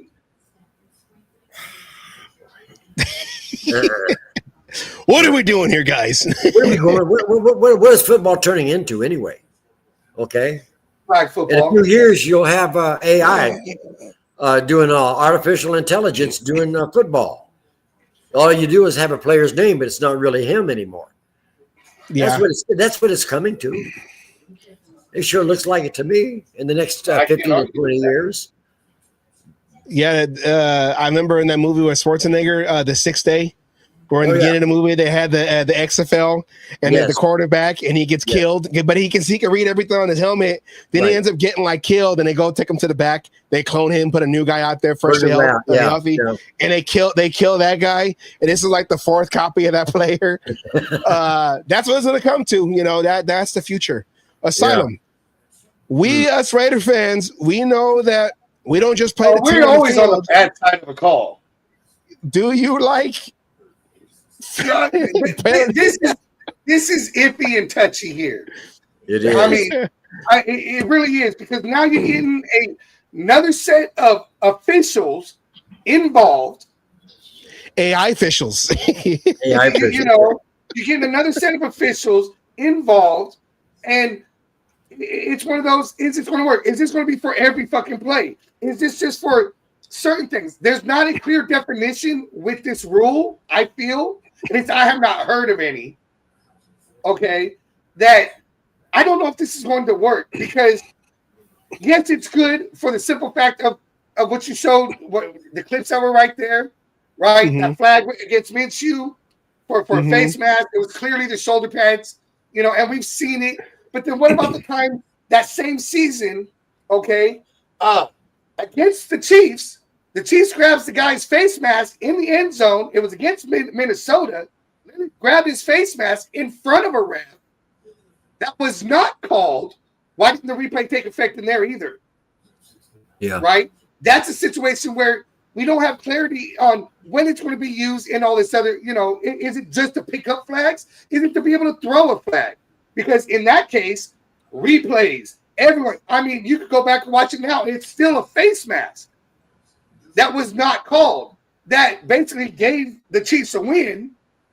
That we don't know how that game would have turned out, in going. So there needs to be more to this before I can even have an opinion on this. In all honesty, as of right now, and this is coming from a guy who loves a team who gets screwed on calls left and fucking right. Okay, leave it to the officials and go the way it is on, as they see it on the field, because until there's clarity, and we know, because this is only a suggestion as far as we know. We don't even know if it comes from the booth and they say pick it up. If the official really has to. No, we highly suggest you pick that up. Well, I'm not going to do it. It looked like a hold to me. It's going to stay what it is. Where was replay assist in 1974 against the Immaculate Reception? There was a block in the back. That ball was not caught by Franco Harris. That should have been game over. Raiders go to the next round in that playoffs. No, where was the assist in the tuck rule? Oh no, they flipped it over. They said they found a rule in there. There was no assist. They just went and rewatched the replay. It's all they did. There was nobody up in the booth coming back saying, "No, that's clearly a fumble." Did they have replays back then? Yeah, 2001. Was it videotape or what? VHS? Yeah, VHS beta. No. They see that what happened with the 2001 against the Patriots. It happened. It just went in 2 minutes of the fourth. So if that play happened, maybe like 10 seconds before, in the game clock before they hit the 2-minute warning, that would have been a clear fumble. Raiders get the ball. Raiders beat the Patriots. Go on to face the Steelers in the AFC Championship game. And like Charles Woodson said, we probably could have had 2 rings in that season. Tom Brady does not become the GOAT, and the Raiders have a 4th ring at least, but that's all hypothetical. I am a little bit. I don't know because they showed that Yusita Asylum. They showed that play against Minshew, and I believe because we had that bad season last year, I'm pretty sure that play saved our drive where we were able to go downfield and have that play action pass to Devontae Adams in the end zone to come back and then eventually beat the Ravens in that week 2 matchup. But I don't know. It's. But see, that play went against us because they called the face mask at first, and they picked it up saying it wasn't a face mask. No, they didn't pick it up. They didn't pick it up. He clearly had the shoulder pads. Yeah, but they threw it. I don't think they were able to reverse it at that time. The Raiders got away with it. We're like, yeah. That was a face mask. That's so obvious. And he was way over here. But us Raider fans, did he actually grab it and pull it and turn it like that? No. He had him on his shoulder. Had his hands inside. He grabbed the inside of the pad, the chest plate. Yeah. He grabbed the shoulder pad. Not even at the collar. He just had it, by the pecs. He grabbed it, and just the way his head the way his head shifted, looked like it was a face mask. Like Madden would say, you can do it, but don't get caught. Yeah. Simple. Yeah. Don't do it in front of don't do it right in front of the ref. What the hell would you do that for? Run and grab the guy by the back of the neck and pull him down. The ref is standing right there watching the whole thing. It's not a penalty. If they throw a flag, if they don't throw a flag, it's not a penalty. It is what it is. And I guess I'm torn because very few times the refs will give us a break. Most of the time we don't get the break. But I'm a purist. I think I like the human element of it all because, like Pig said right here, where do we draw the line of fairness and whatever? And at what point do we go and just allow the computer to decide what's a holding, what's a face mask, what's a what, all that? And that's and then he also made a good point here.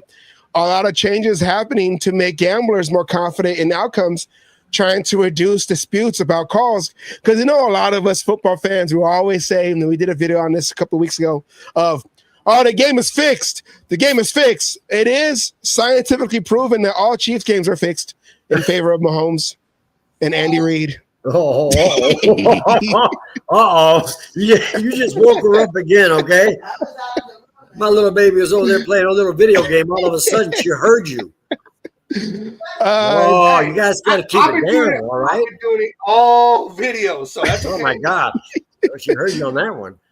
I'm assuming, right, and I've watched a few games where a ref threw a flag on a guy, and it was really iffy, you know, and they charged him for it. It's a 10-yard penalty, blah blah blah. But the next go round, he gave the other guy on the next team a penalty and balanced it out, or he didn't call it. Yeah, I let it go. Call it again. That doesn't happen for the Raiders. To balance it out. Some of them do that. Normally, you're right. It's just not against the some Raiders. of them do that. You know, a lot of times I wonder, you know, is it all about the mighty dollar out there in this world? You know, We have video evidence of Patrick Mahomes going to the refs and paying them off to get the calls he wants. You know what? I'm gonna have a hard time sleeping tonight. Okay, because she just heard you again over there. I told you, we can hear. Nothing goes by this woman. October 19th. If she October comes out, 19th. we will go to the game together. All right. She'll be here on the air with you guys. All right. I have her sitting right next to me. Well, maybe a foot away because I don't want to get hit. We were showing her some Raider Nation hospitality out here. Oh, boy. I go into that stadium and she can watch firsthand. Last time I was at the game, okay, we won. So in that stadium. So she's on Christmas Eve. Come out in Arrowhead. On Christmas Eve in Arrowhead. I was at that game. Okay. And of course, last year on Black Friday, I was not able to go to that game because I was in New York, and we did not win. So Jessica says wives have good hearing when they need to. Yes. It's not necessarily selective. It's hold on. What did you say? My sensors came on because I can hear that you're saying something. What'd you say? Spidey sense. Vincent says the referees don't make that much money, so of course they are going to make bad calls. John Madden would not, and I know we're talking two different eras of technology, just in general, but John Madden wouldn't like let's see what the computer has to say. How would John Madden take it? No. No. Like I said, he's a man's man, okay? Yeah. You know, he's old school. You know, the way football was played back in the 70s, okay? We know what John Madden would say because what's Raider rule number 1? Cheating is encouraged. Be on time. What's Raider rule number 2? Always refer to where pay attention. To rule number 1. So that's Raider rule. Listen, John Madden. Be on time and listen. And don't come to work drunk. Half the team came to work. Or at least hungover. Yeah. I'm sober. I'm just a little, I need some Advil. All right, next rule right here. Here we go. This one is sportsmanship. Oh, this is our favorite, Asylum. Okay. Sportsmanship. One of the things that has been passed on from generation and generation is preserving sportsmanship. The respect of your opponent or for your opponent. Appreciate you. Thank you, brother. Thank you. The respect of your teammate. And some of the things that we've seen, there's just no place in the game for it. There's no place in the game to be standing over your opponent. There's no place in the game to have violent gestures. That's not the game of football. We just have to play by the rules, respect your opponent, respect your teammates, and play the game in between the whistles. Sportsmanship. Okay, guys. Sportsmanship. Yeah. Well, I'm not against spiking the ball. I'm not against spinning the ball, you know. But I am against if somebody throws the ball up into the stands or kicks it or does a dance, okay, dancing in the infield, okay. and taunting the other players, that hurts. You know, on the field, taunting or the even other like player. they was going there, stepping over a player. Any gesture whatsoever, giving them the finger, whatever, Yeah. or some kind of gang sign, I'm a badass. Look at you, you're on the ground, and I'm not, taunting. That's not cool, Yeah. It happened to me when I was in school, being taunted by the older kids, until I finally took a swing at them one day and they stopped doing it. But these players, they're not teenagers anymore. You have nothing to prove out there by taunting another player or going after somebody in the stands that said something to you. You're professional. Act like one. You're not in high school anymore. You're in the big league. You're making $1 million a year. Why taunt and get fined $5,000 for or whatever they charge? That's just plain stupid. I'm glad they put that rule in there, especially the gun one. Okay, where they pull a gun out, because there's going to be some idiot out there that's going to say, "Well, I'll take my gun to the football game." I mean, but the only one they're going to allow is the bow and arrow. Is that correct?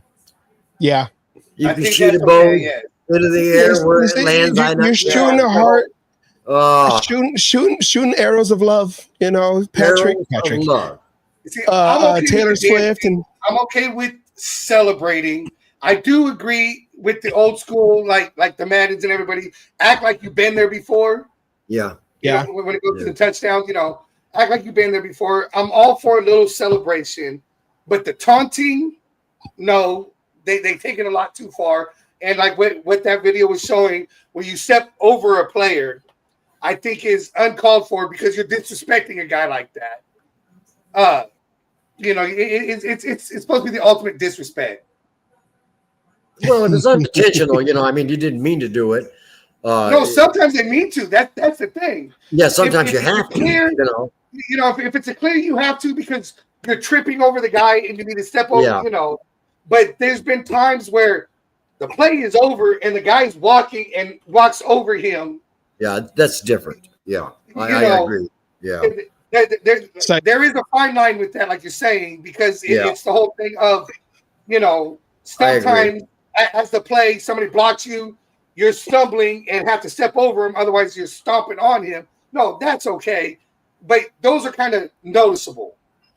Yeah. You mean like the Hainsworth? Yeah, the Hainsworth. The hell is up with my fucking camera? Pointing the finger at them, I think baseball also has some rules like that. Taunting the pitcher or the first baseman, or whoever, they have a rule too that they could get fined. Hockey, I believe they have a rule there for that. Yeah, tennis. They allow them to fight though. Still, now they still allow them to fight. Still fight, Yeah. You might get fined later on, but you can get out there and fight. I think it all depends on what the fight's for. Yeah. One of the things John Madden has said in the documentary was, when you play the Raiders, we didn't always win, we didn't always lose, but you knew that you were in a battle. You didn't go out that night and go dancing. No, and that's true. I mean, us Raider fans, and especially like the generation before me who got to see a lot of winning football. It was a different time back then. And you want to talk about someone staring over somebody? Jack Tatum, Super Bowl 11, Sammy White. And don't forget Mean Joe Green too, with that helmet slap. Okay. Yeah. I mean, he was knocking heads off. Huh? Deacon Jones was notorious for that. Deacon Jones. Yeah. Oh, Deacon Jones too. Oh yeah. But they, like I said, that they changed some of the rules. I can see that. I understand. I do. But there's some things about old school football that has planted in my heart right here. And I really enjoyed it back in the days. A little bit too much rough and tough stuff. I I disagree with it. Hitting a guy down about his kneecaps, or hitting him in the head with your helmet. Okay. Yeah. Helmet to helmet. Or Alzado using the helmet as a weapon. Yeah. Yeah. Wild Alzado. Hey, wow. That wasn't the guy's ribs until Alzado did it. Yeah. Okay, it was not. What are you throwing the flag for? Yeah, exactly. Wasn't against the rules. Now, I want to play a little video of John Madden's Raider teams, more so the 76 teams. We're talking about NFL rules. Raiders were known to bend the rules. Eventually they became rules against the Raiders. But there's more rules in the rule book because of the Raiders than any other team in the NFL. Let's go down memory lane. John Madden's team. That's why I say it's funny. John Madden, the Raiders, I mean, it's a different time in the 70s, but here we go. John Madden's team's right here. If the Raiders were above the law, it was because their coach refused to lay down one. We had no rules. There's no rules. I mean, just show up and play your hardest. I only had 3 rules, and to be on time, like we're going to have a meeting or somebody, everyone's on time and do that, and to pay attention, listen when you're speaking, because if you're going to teach, you have to listen, and then play like hell when I tell you to. Play like hell on Sunday. I think half our team was on a work release program just to play. You gonna have any fights this week? Oh man, we gotta have some fights. I just like to fight. I just could not stop myself. I went to Bowling Green. If I threw a punch, they sent me back to New Jersey. When I was with the Raiders, if I threw a punch, that was good, as long as it was at the right guy.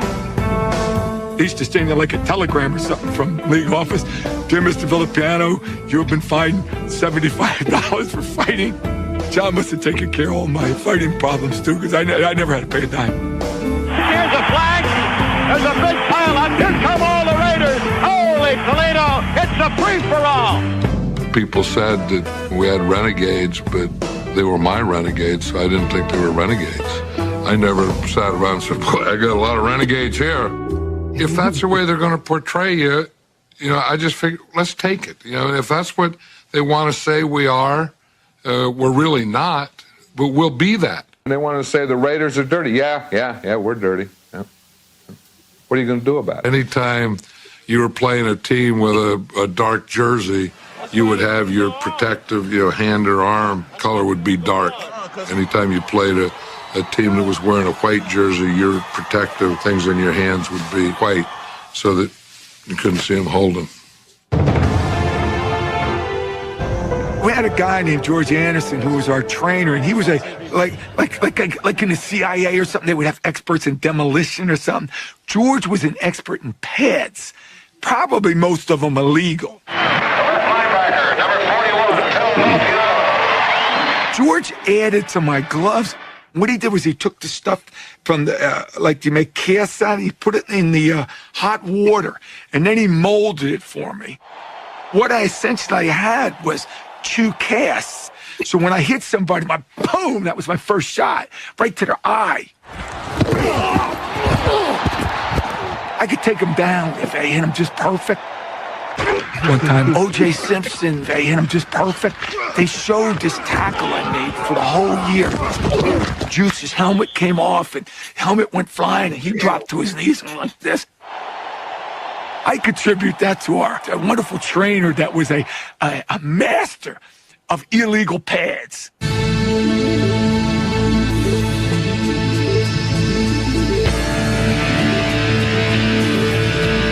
Look at John Matusak's arm or Gene Upshaw's arms. The pads on those arms were Bob Brown's thumb. He had a fake broken thumb for 7 years. But what he used to do was come up and deliver this into Elsie Greenwood's stomach, and he could drop Greenwood with one thumb. I mean, if they were illegal or not, I'm not sure. Anything that you're wearing that is different has to be checked by the umpire in the pregame warm-up. Of course, you could not wear it in the pregame warm-up and then put it on for the game. I know that. Your 76 Raiders. We found ways. Yeah. That's skirting the rules right there. That's skirting. I know. I have heard him mentioning some of those things that you just saw, okay? With some of his conversations with other coaches or whoever he was talking to on the phone. I remember occasions where he did mention patching up these guys and putting them back out there, okay? With broken, like I said, broken thumb. He mentioned that, okay? A broken arm, he mentioned that. And I don't know who he was talking to, but he was talking about the good old days, okay? The good old days. Football was football, like Anna said, and football was football. I remember, I don't know if you guys know, I remember an occasion at the Oakland Coliseum. There was the Raiders were playing, I don't remember who, but there was so much, it was an evening game, and there was so much pressure, so much sweat, so much heat in that arena that they actually built a rain cloud over the stadium, and it could be seen from miles away. That's how these Raider fans were, okay? With all that excitement, you know how you get excited, your blood pressure rises, your temperature rises, heat is coming off your head. They actually built, I don't know what year it was. That Otis Sister video right there where the steam was Steam coming off their heads. Yeah, but this was actually did happen. They actually produced a rain cloud over the stadium, but I can't remember quite what year it was. It could have been the early 80s. Okay. I'm going to look that up. I'm going to look that up. They created a storm, and that just shows you how dedicated the Raider fans were. Okay. That's what I miss about open field, because the new stadium in Las Vegas, it's a nice stadium. It's a dome. I miss the Coliseum. I was just in Seattle. We were just in Seattle to watch the Raiders play the Seahawks in the preseason, and I'm all like, I'm looking into the sky from my seat, and I'm all like, I miss having the natural sunset, and you have like that midnight blue in the sky. I miss that. Yeah. To me, that's football. But the elements. Yeah. So, what was the first enclosed stadium? Would that be New Orleans? Ever? I can't remember. Astrodome? Astrodome. No. Houston. Metrodome? Was it Houston? Metrodome. Either Astrodome. I don't think it was the Astrodome. Metrodome? That sounds about right. I have to look it up. The Silver Dome? Silver Dome. I thought it was down south. Yeah, because I'm thinking either Astrodome or in Minnesota. Where because they that was the Houston Oilers back then. Yeah. Okay. Yeah, before they became the why am I forgetting their name? The Titans. Yeah. Titans. Yeah. The Titans. Right. Oh wow. Okay. So long ago. So football is coming. Football. First game is tomorrow, and I'm doing this part for those who are watching who are in the Cage Match Royal Fumble League, and I forgot to make that graphic of I got everything. It's gonna be a great prize coming in. You got time. It's okay. You had a lot to do. And we still got Friday. Remember, if everyone's watching, we got a Friday show where we talk about a matchup between the Raiders and the Patriots. So Friday, 4 p.m. Pacific, 5 p.m. Mountain, Central, Asylum's time in Kansas. 5 Mountain, 6 Central, 7 Eastern. Wait, what are you in? Central or you Mountain? I'm in Central. Mountain and Central are different. Catch us on YouTube sometime somewhere. We'll be there. You had it right. You had it right. 4 p.m. Pacific, 5 Mountain, 6 Central, 7 Eastern. Right. If you caught that, write it down. That's when we go. I'm going against Raider Savage this week. That's what Pig said, because me and him are going head to head in the first round. But before we go, we're talking about the fantasy. Anthony, looking at tomorrow's matchup, the Cowboys without Micah Parsons going against Philadelphia, the returning returning Super Bowl champions of last year. Oh yeah. Yeah. What is your take? What is your take on this one? I got Philadelphia, no doubt about it. Philadelphia. I doubt if Dallas will score anything in the first quarter or first half anyway. The way Philadelphia is playing. As for the Kansas City and the LA Chargers, I have to go with Kansas City by 7. It's going to be a close game. It's going to be Asylum. A close game. What you got? What you got? Both these games, I mean, Philly hands down. I mean, is that even fucking asking a question? I mean, if you want to try to win money, don't take a spread or take the spread on Dallas, but you're probably going to lose that anyways. But as far as, I mean, can I root for a lightning strike in Brazil? Yeah, it never works. It never works. It never works. I mean, personally, I don't care. But no, I kind of agree with Anthony there. I think that one's going to be a little closer than people are going to give it. First, week and everything. We know the Chargers and Jim Harbaugh likes to come out strong. It's kind of later in the season. They kind of, start to go. The Chiefs, especially last year, I hope she's listening. Even last year, started off slow. So, kind of expect the same thing. There's no Rasheed Rice. He's suspended for the first 6 games. Yeah. Because of his damn stupidity. Learn from our guy, goddammit. Stop racing cars. Yeah. In that, I think it's going to be a close game. I can see it being decided by a touchdown. I'd like to, if I have to choose, if I can't get my lightning strike, of course, I'm going to have to go. I want the Chargers on that one because it's always fuck Kansas City around here. Right. The Cowboy Eagle game, both games are division games. Cowboys, they didn't even like their head coach. That he was like a how do you call it? Like a rebound hire. They got rid of McCarthy and they didn't know what to do, and they were like the last team to hire a coach, and they got Callahan, right? It was Callahan, Brian Callahan, I think. I don't know, but for the Cowboys, yeah. See, that's how we don't even know because it was a rebound hire. Their coach now. No, McCarthy, they let him go. Oh, no, he left. You're right. He did leave. Yeah, Brian Callahan, I think. That's exactly what I'm saying. The Cowboys don't even like their coach. It was a rebound hire. I won't say it's Brian Callahan. So, and then now you have Micah Parsons. Micah Parsons is gone. That was basically what kept them in games. And you have what's his name? Dak Prescott. He's fragile. Came off another devastating injury last year. Cowboys, I don't know. I don't know. I mean, I don't know about the season, but the Eagles take care of business. The Eagles who just stomped out Kansas City the last game they played. Eagles take care of business. And they've only gotten better. Yeah. And then when it comes to the AFC West, the two teams going against each other, Chiefs, and that's going to be in Brazil. Okay. Yeah. So there's not even a home field. They're going to be out in Brazil Friday night. Friday night. The home team. Technically, the whole home team is the Chargers. Of course it is.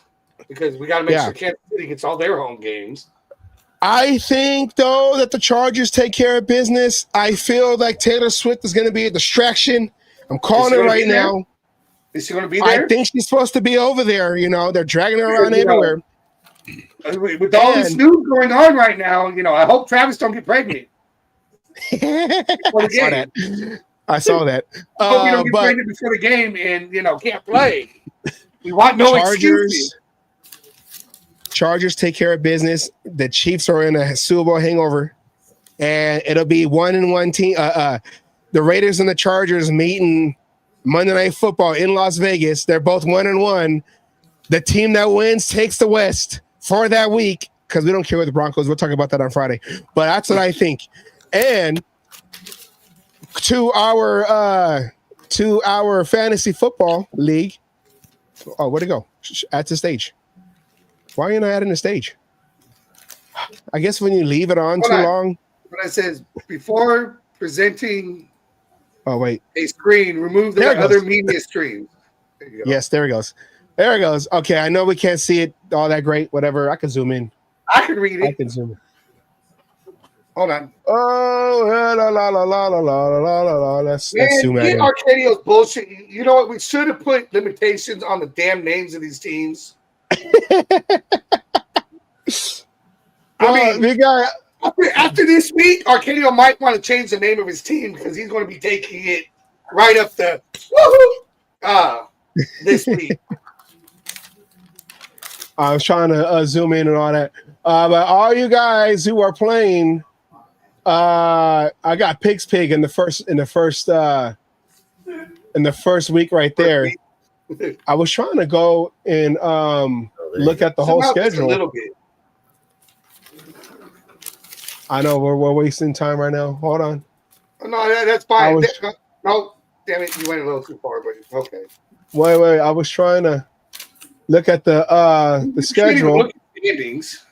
I was trying to look at the go to league and then go to every game. Every game. That's what you're looking for, league? right? Yeah.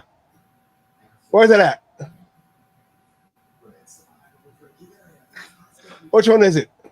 Or, God damn it, I don't know on this setup. Scoreboard. All right, here we go. Found it. All right, I got Pig's Pig. Asylum, you have Cadio, a.k.a. Bang Bang Finger Gang. Bang, I don't know. Anna, you could change it at any time.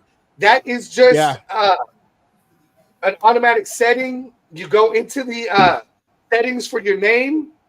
With your, where you log for your login, he doesn't have it up there, but it's to the right over here at the top of the screen, and you will be able to change your name. Yeah, this is the computer. It's easy on the app, but looking at the make sure you get your where's my mouse? Make sure you get your teams ready because we got 2 games before we get to the Sunday games. I got Pig's Pig. Get them ready because there's players playing tomorrow. Yeah, my sister goes against Jeff, and Anna goes against my brother-in-law Daniel. Right there. Which one is which? Hold on. Let's see. I know who that is. Eduardo and Holy Roller. Holy Roller is Jessica going against my friend Edward. Okay. Anna's going against Daniel. Yeah. So I'm assuming Mean Machine is Jeff. Mean Machine is Jeff, and my sister is Raider Stitch. So it's going down, Pig's Pig. You're going down, brother. I hope you whoop his. I'm sorry, not Jessica. Alicia, I hope you whoop his ass. Jessica, I hope you whoop ass too.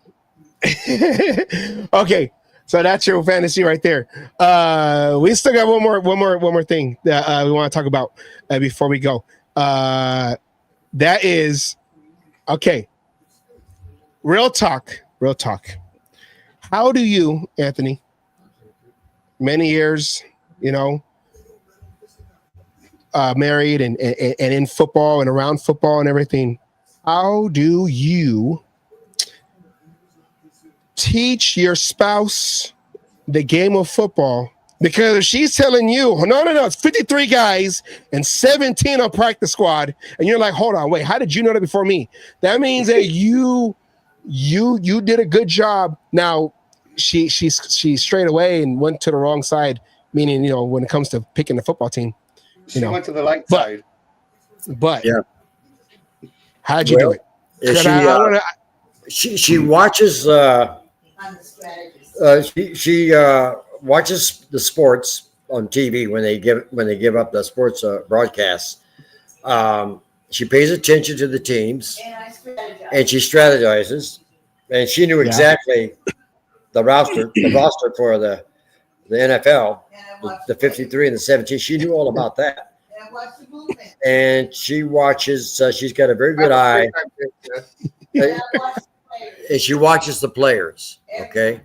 Whenever we're sitting down watching a game, I'll sit down there with her, get her a box of chocolate, sit her down, and explain what's going on during the game. Okay, from the very beginning, from the very first kickoff. That's where I'll start her. And then we'll talk about the quarterbacks, what their job is.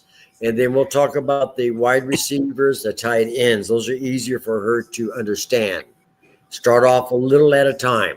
You start off with the quarterback, what his job is, the two running backs, the fullback, the tight ends, the wide receivers, and what their job is. And I teach your offense first. Then the job of the guys in the front line, the center, blah, blah, blah. Okay? And then I'll go to the defense side. And then I'll explain to her about the cornerbacks, okay? The safeties, the free safeties, okay? The linebackers, okay? The guards and everybody in the back there. I'll try to explain that to her, what their job is, okay? And I said, honey, they work as a team. Your leader of the team is that gentleman right there in the center, the quarterback. He's the leader. He's the boss, just like you, sweetie, okay? Whatever he tells them when he's back there, he's giving them signals, letting them know what play is coming that we practice with. Okay? If it's running, it's a run play. If it's a short out, 5 yards, it's a short, across the middle, a long ball down. And she understands that. Okay? But I start her off small first. Then I explained to her about the flags, why the referees, the one she calls a ref, she calls them zebra people in the beginning because of their zebra type shirts. She used to call them zebra people. So I had explained it.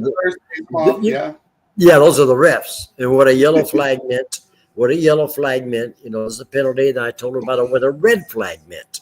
Okay. Then the 100 yards is split up into 50 yards, 10 yards. How many for first down? Okay. A field goal, what is that worth? Okay. That's 3 points. If they get a touchdown, that's 6 points. Simplified it.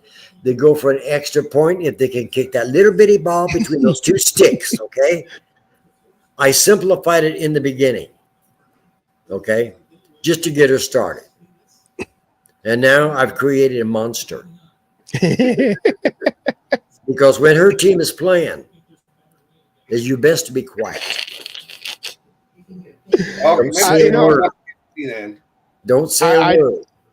I try, and this is, hold on, it'll pop up. This is me trying to show her the game of football. I'm like John Madden right here. Watch. It's coming up. It's coming up. It's coming up. It's coming up. It's coming up. It's coming up. Hold on. See, that's me trying to draw. Okay, look, okay, these are the guys. I got to block those guys. Okay? Yeah. Here, let me write it down for you, okay? Let me write it down for you. Watch. Right here. It's coming up. Hold on. Did I pass it? Hold on. Is it coming? Is it coming? Is it coming? No, I passed it. It's right here. It's right here.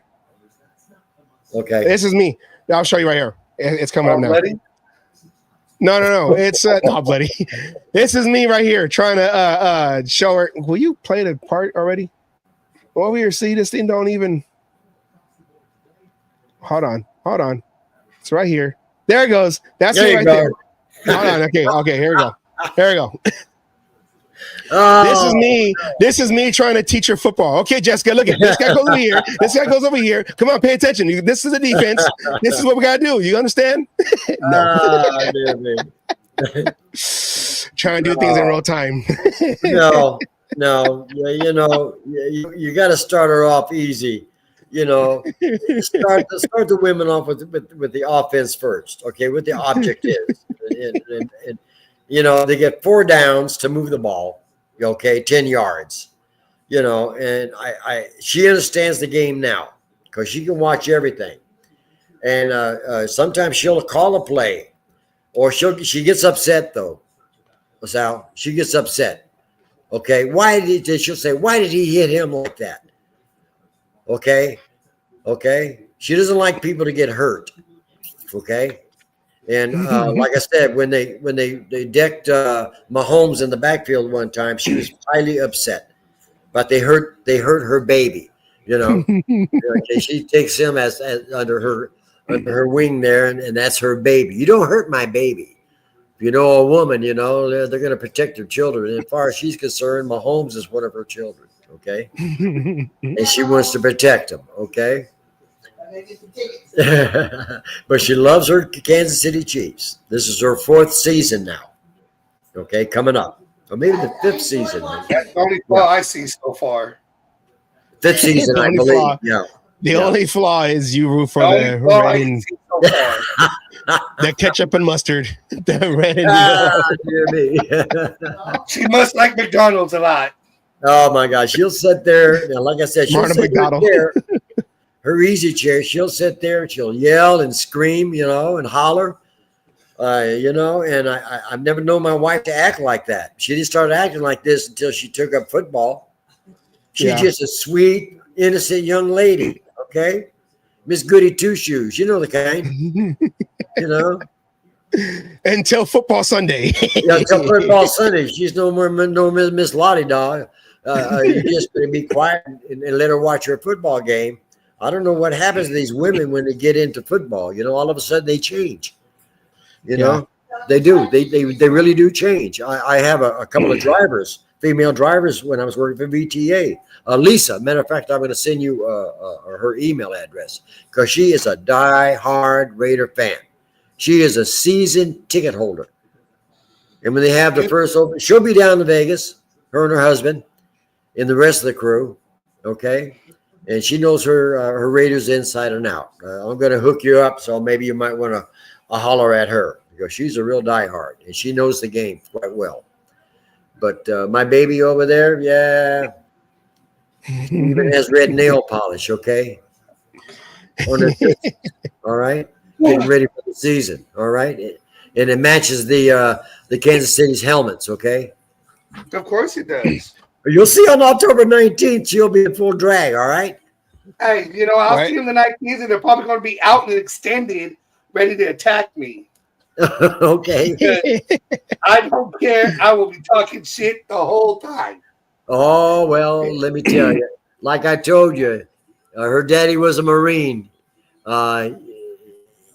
It's going to take a lot. I don't think you're no match for her. No. Jessica says we need to get her on the show next time. Together. I put you two together. You're no match for this lady. Okay. Their cage match battle right there. Yeah. Asylum. She will have you both walking out of this house with your head down, okay? Wondering what happened. Oh, man, I miss football season. I miss football season.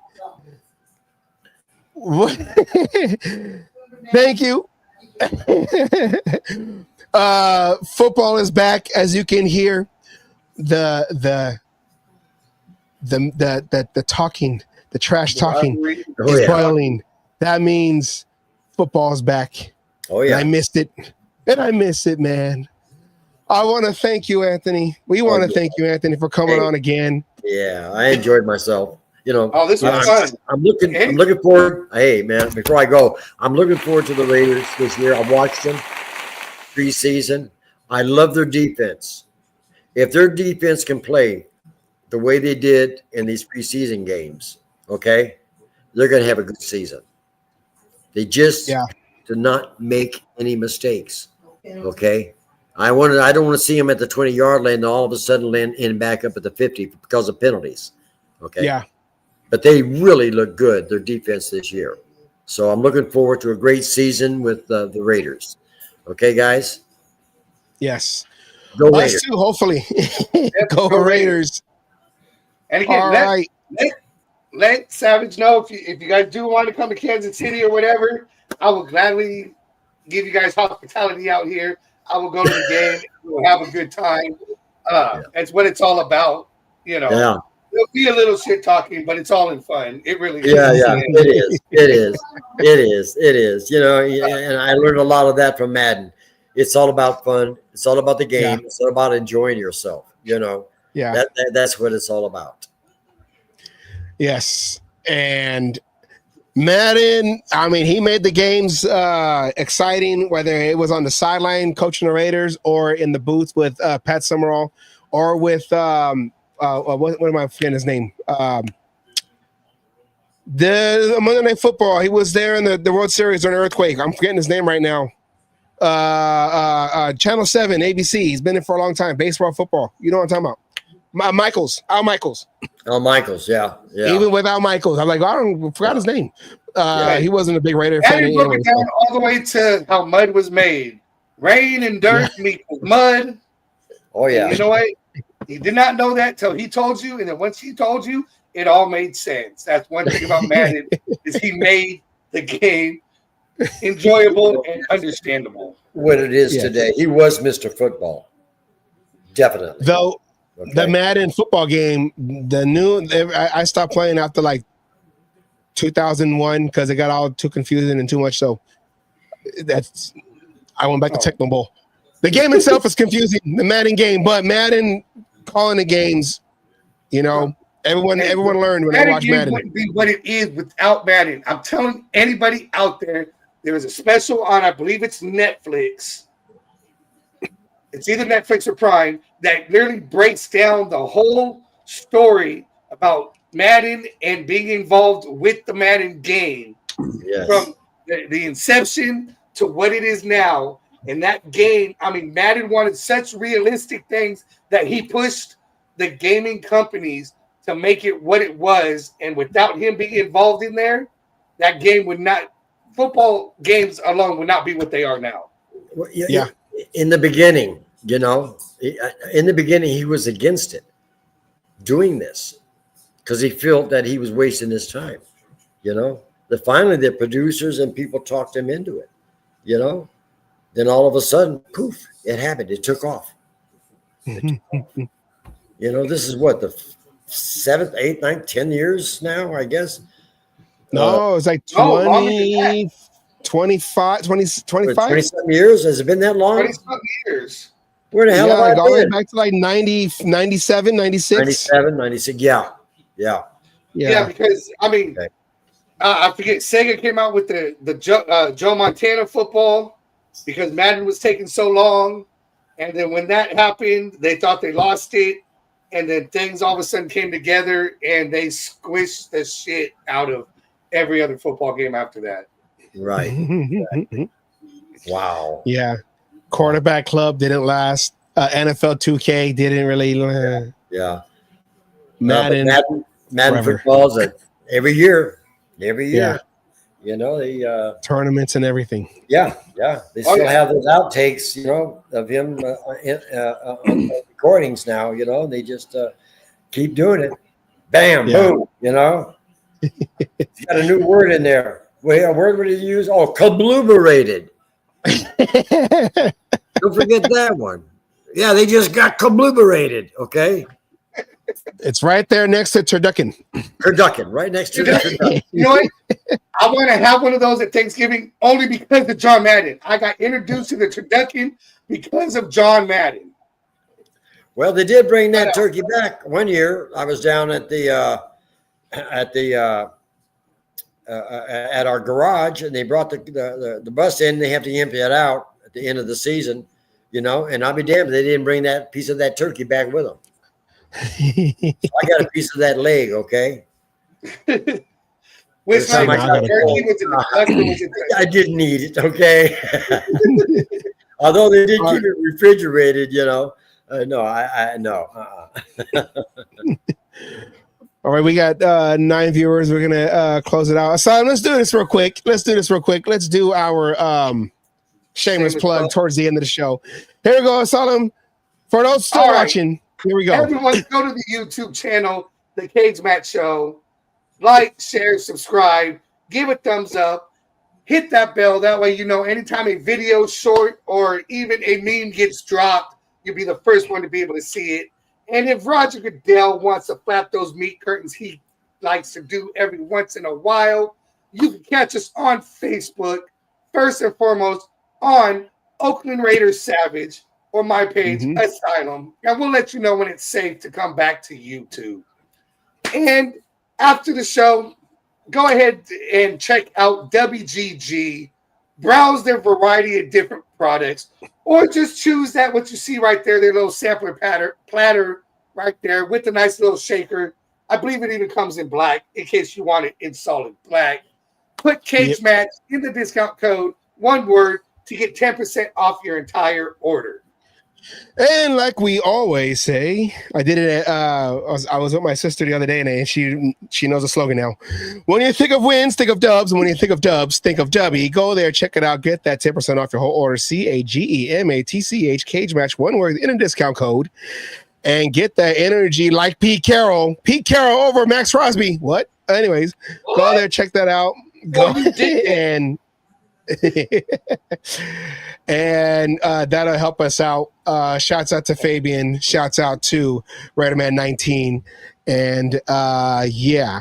All right, Asylum, let's end this. Oh, by the way, and if you're watching still, come back on Friday as we break down. Now it's football season, so we start breaking down games on Fridays now, 4 p.m. Pacific, 5 p.m. Mountain, 6 p.m. Central, 7 p.m. Eastern. Go there, check us out as we break down the game. And of course, at the end of every show we do on Friday, we do the Know Your History, where we talk about the history between the teams. A little clip right there. So we try to do a little extra stuff out there that a lot of podcasts don't do. And they're probably going to start doing it because they like to copy what we do. Anyways, I'm just joking. I'm just talking mess because it's football season. Anyways, all right. Mr. Anthony Martinez, any last words for anybody out there? Anybody? Any last words? Well, I just I enjoyed myself again. It was a wonderful podcast. I enjoyed myself, your company, and I'm looking forward to a great football season. Okay, I have to admit it. Yes, I have hope for the Raiders, and they're looking good this season. I'm going to be following them all along. Of course, I'm a 49er fan too. I'll be following them, and I'll be following my wife too. Okay, I got to follow her. All right. Yeah. Otherwise, that beer keg won't get filled up. Okay. So I miss you guys. Have a good week. We'll talk to you probably in a couple of weeks or so. Yes. Okay. Asylum. Any last words, Asylum? No, I just want to thank Mr. Anthony Martinez for coming on, and Mrs. Martinez in the background. Appreciate you and everything you're going. It's nothing but love with the shit talking, but it will continue. I promise you that, especially as the season keeps going. Here's you, Solomon. Hear every word you said, okay? And once again, happy 18th birthday, Anthony Martinez. Oh, well, thank you, Sal. And we appreciate you coming on, talking more Madden stuff, and just talking football. Like one of the guys, coming on. We appreciate you. We got to get you on the show. And Jessica said that we need to get your wife on the show. Oh, but maybe Chiefs Week, Asylum 2, go head to head. Oh, yeah. In the cage match, Oh, yeah. We're going to set that up. Oh, yeah. It's going to be the main event on YouTube. All right, everybody. Yeah. Hey, take care. Pick on Miss Peggy. I'm not scared. Yeah. When she gets done, hey, Sal. When she gets done with Sodom, that hat he's wearing right there, it'll be backwards. I gotta be nice. Okay? I'll be off. There you go. I gotta be nice. I gotta be nice because she's driving distance from me. So she's like, I know where you live. Down the street. I know where you live. Okay. She knows where you live. Be careful because she's got a contract with Uber, okay? I know she knows some great drivers that can take her from point A to point B. Oh yeah. So oh yeah. I know. I'm gonna be nice. You be nice now. I know. We want to thank everybody for watching. Thank you guys. She said, I appreciate everybody. She said, take it easy. Oh, yeah. Be careful. It's football season, baby. Oh, baby, it sure is. Get your rosters done. There are games tomorrow and Friday. We'll be back on Friday at 4 p.m. Pacific. All right, take care. Yes. We end every show. We end every show like we always do with a word from my football coach, Mr. Wallace, a.k.a. to the Oakland Raider fans, Raider Nation, Raider Milk. Take care, everybody. We'll see you guys on Friday talking about the game 1 week matchup. McDaniel's revenge or Raiders take care of business. Let's go. No. Daniels is not getting no fucking revenge. Not at all. All right. See you guys on Friday. All Take right. care and have a good night.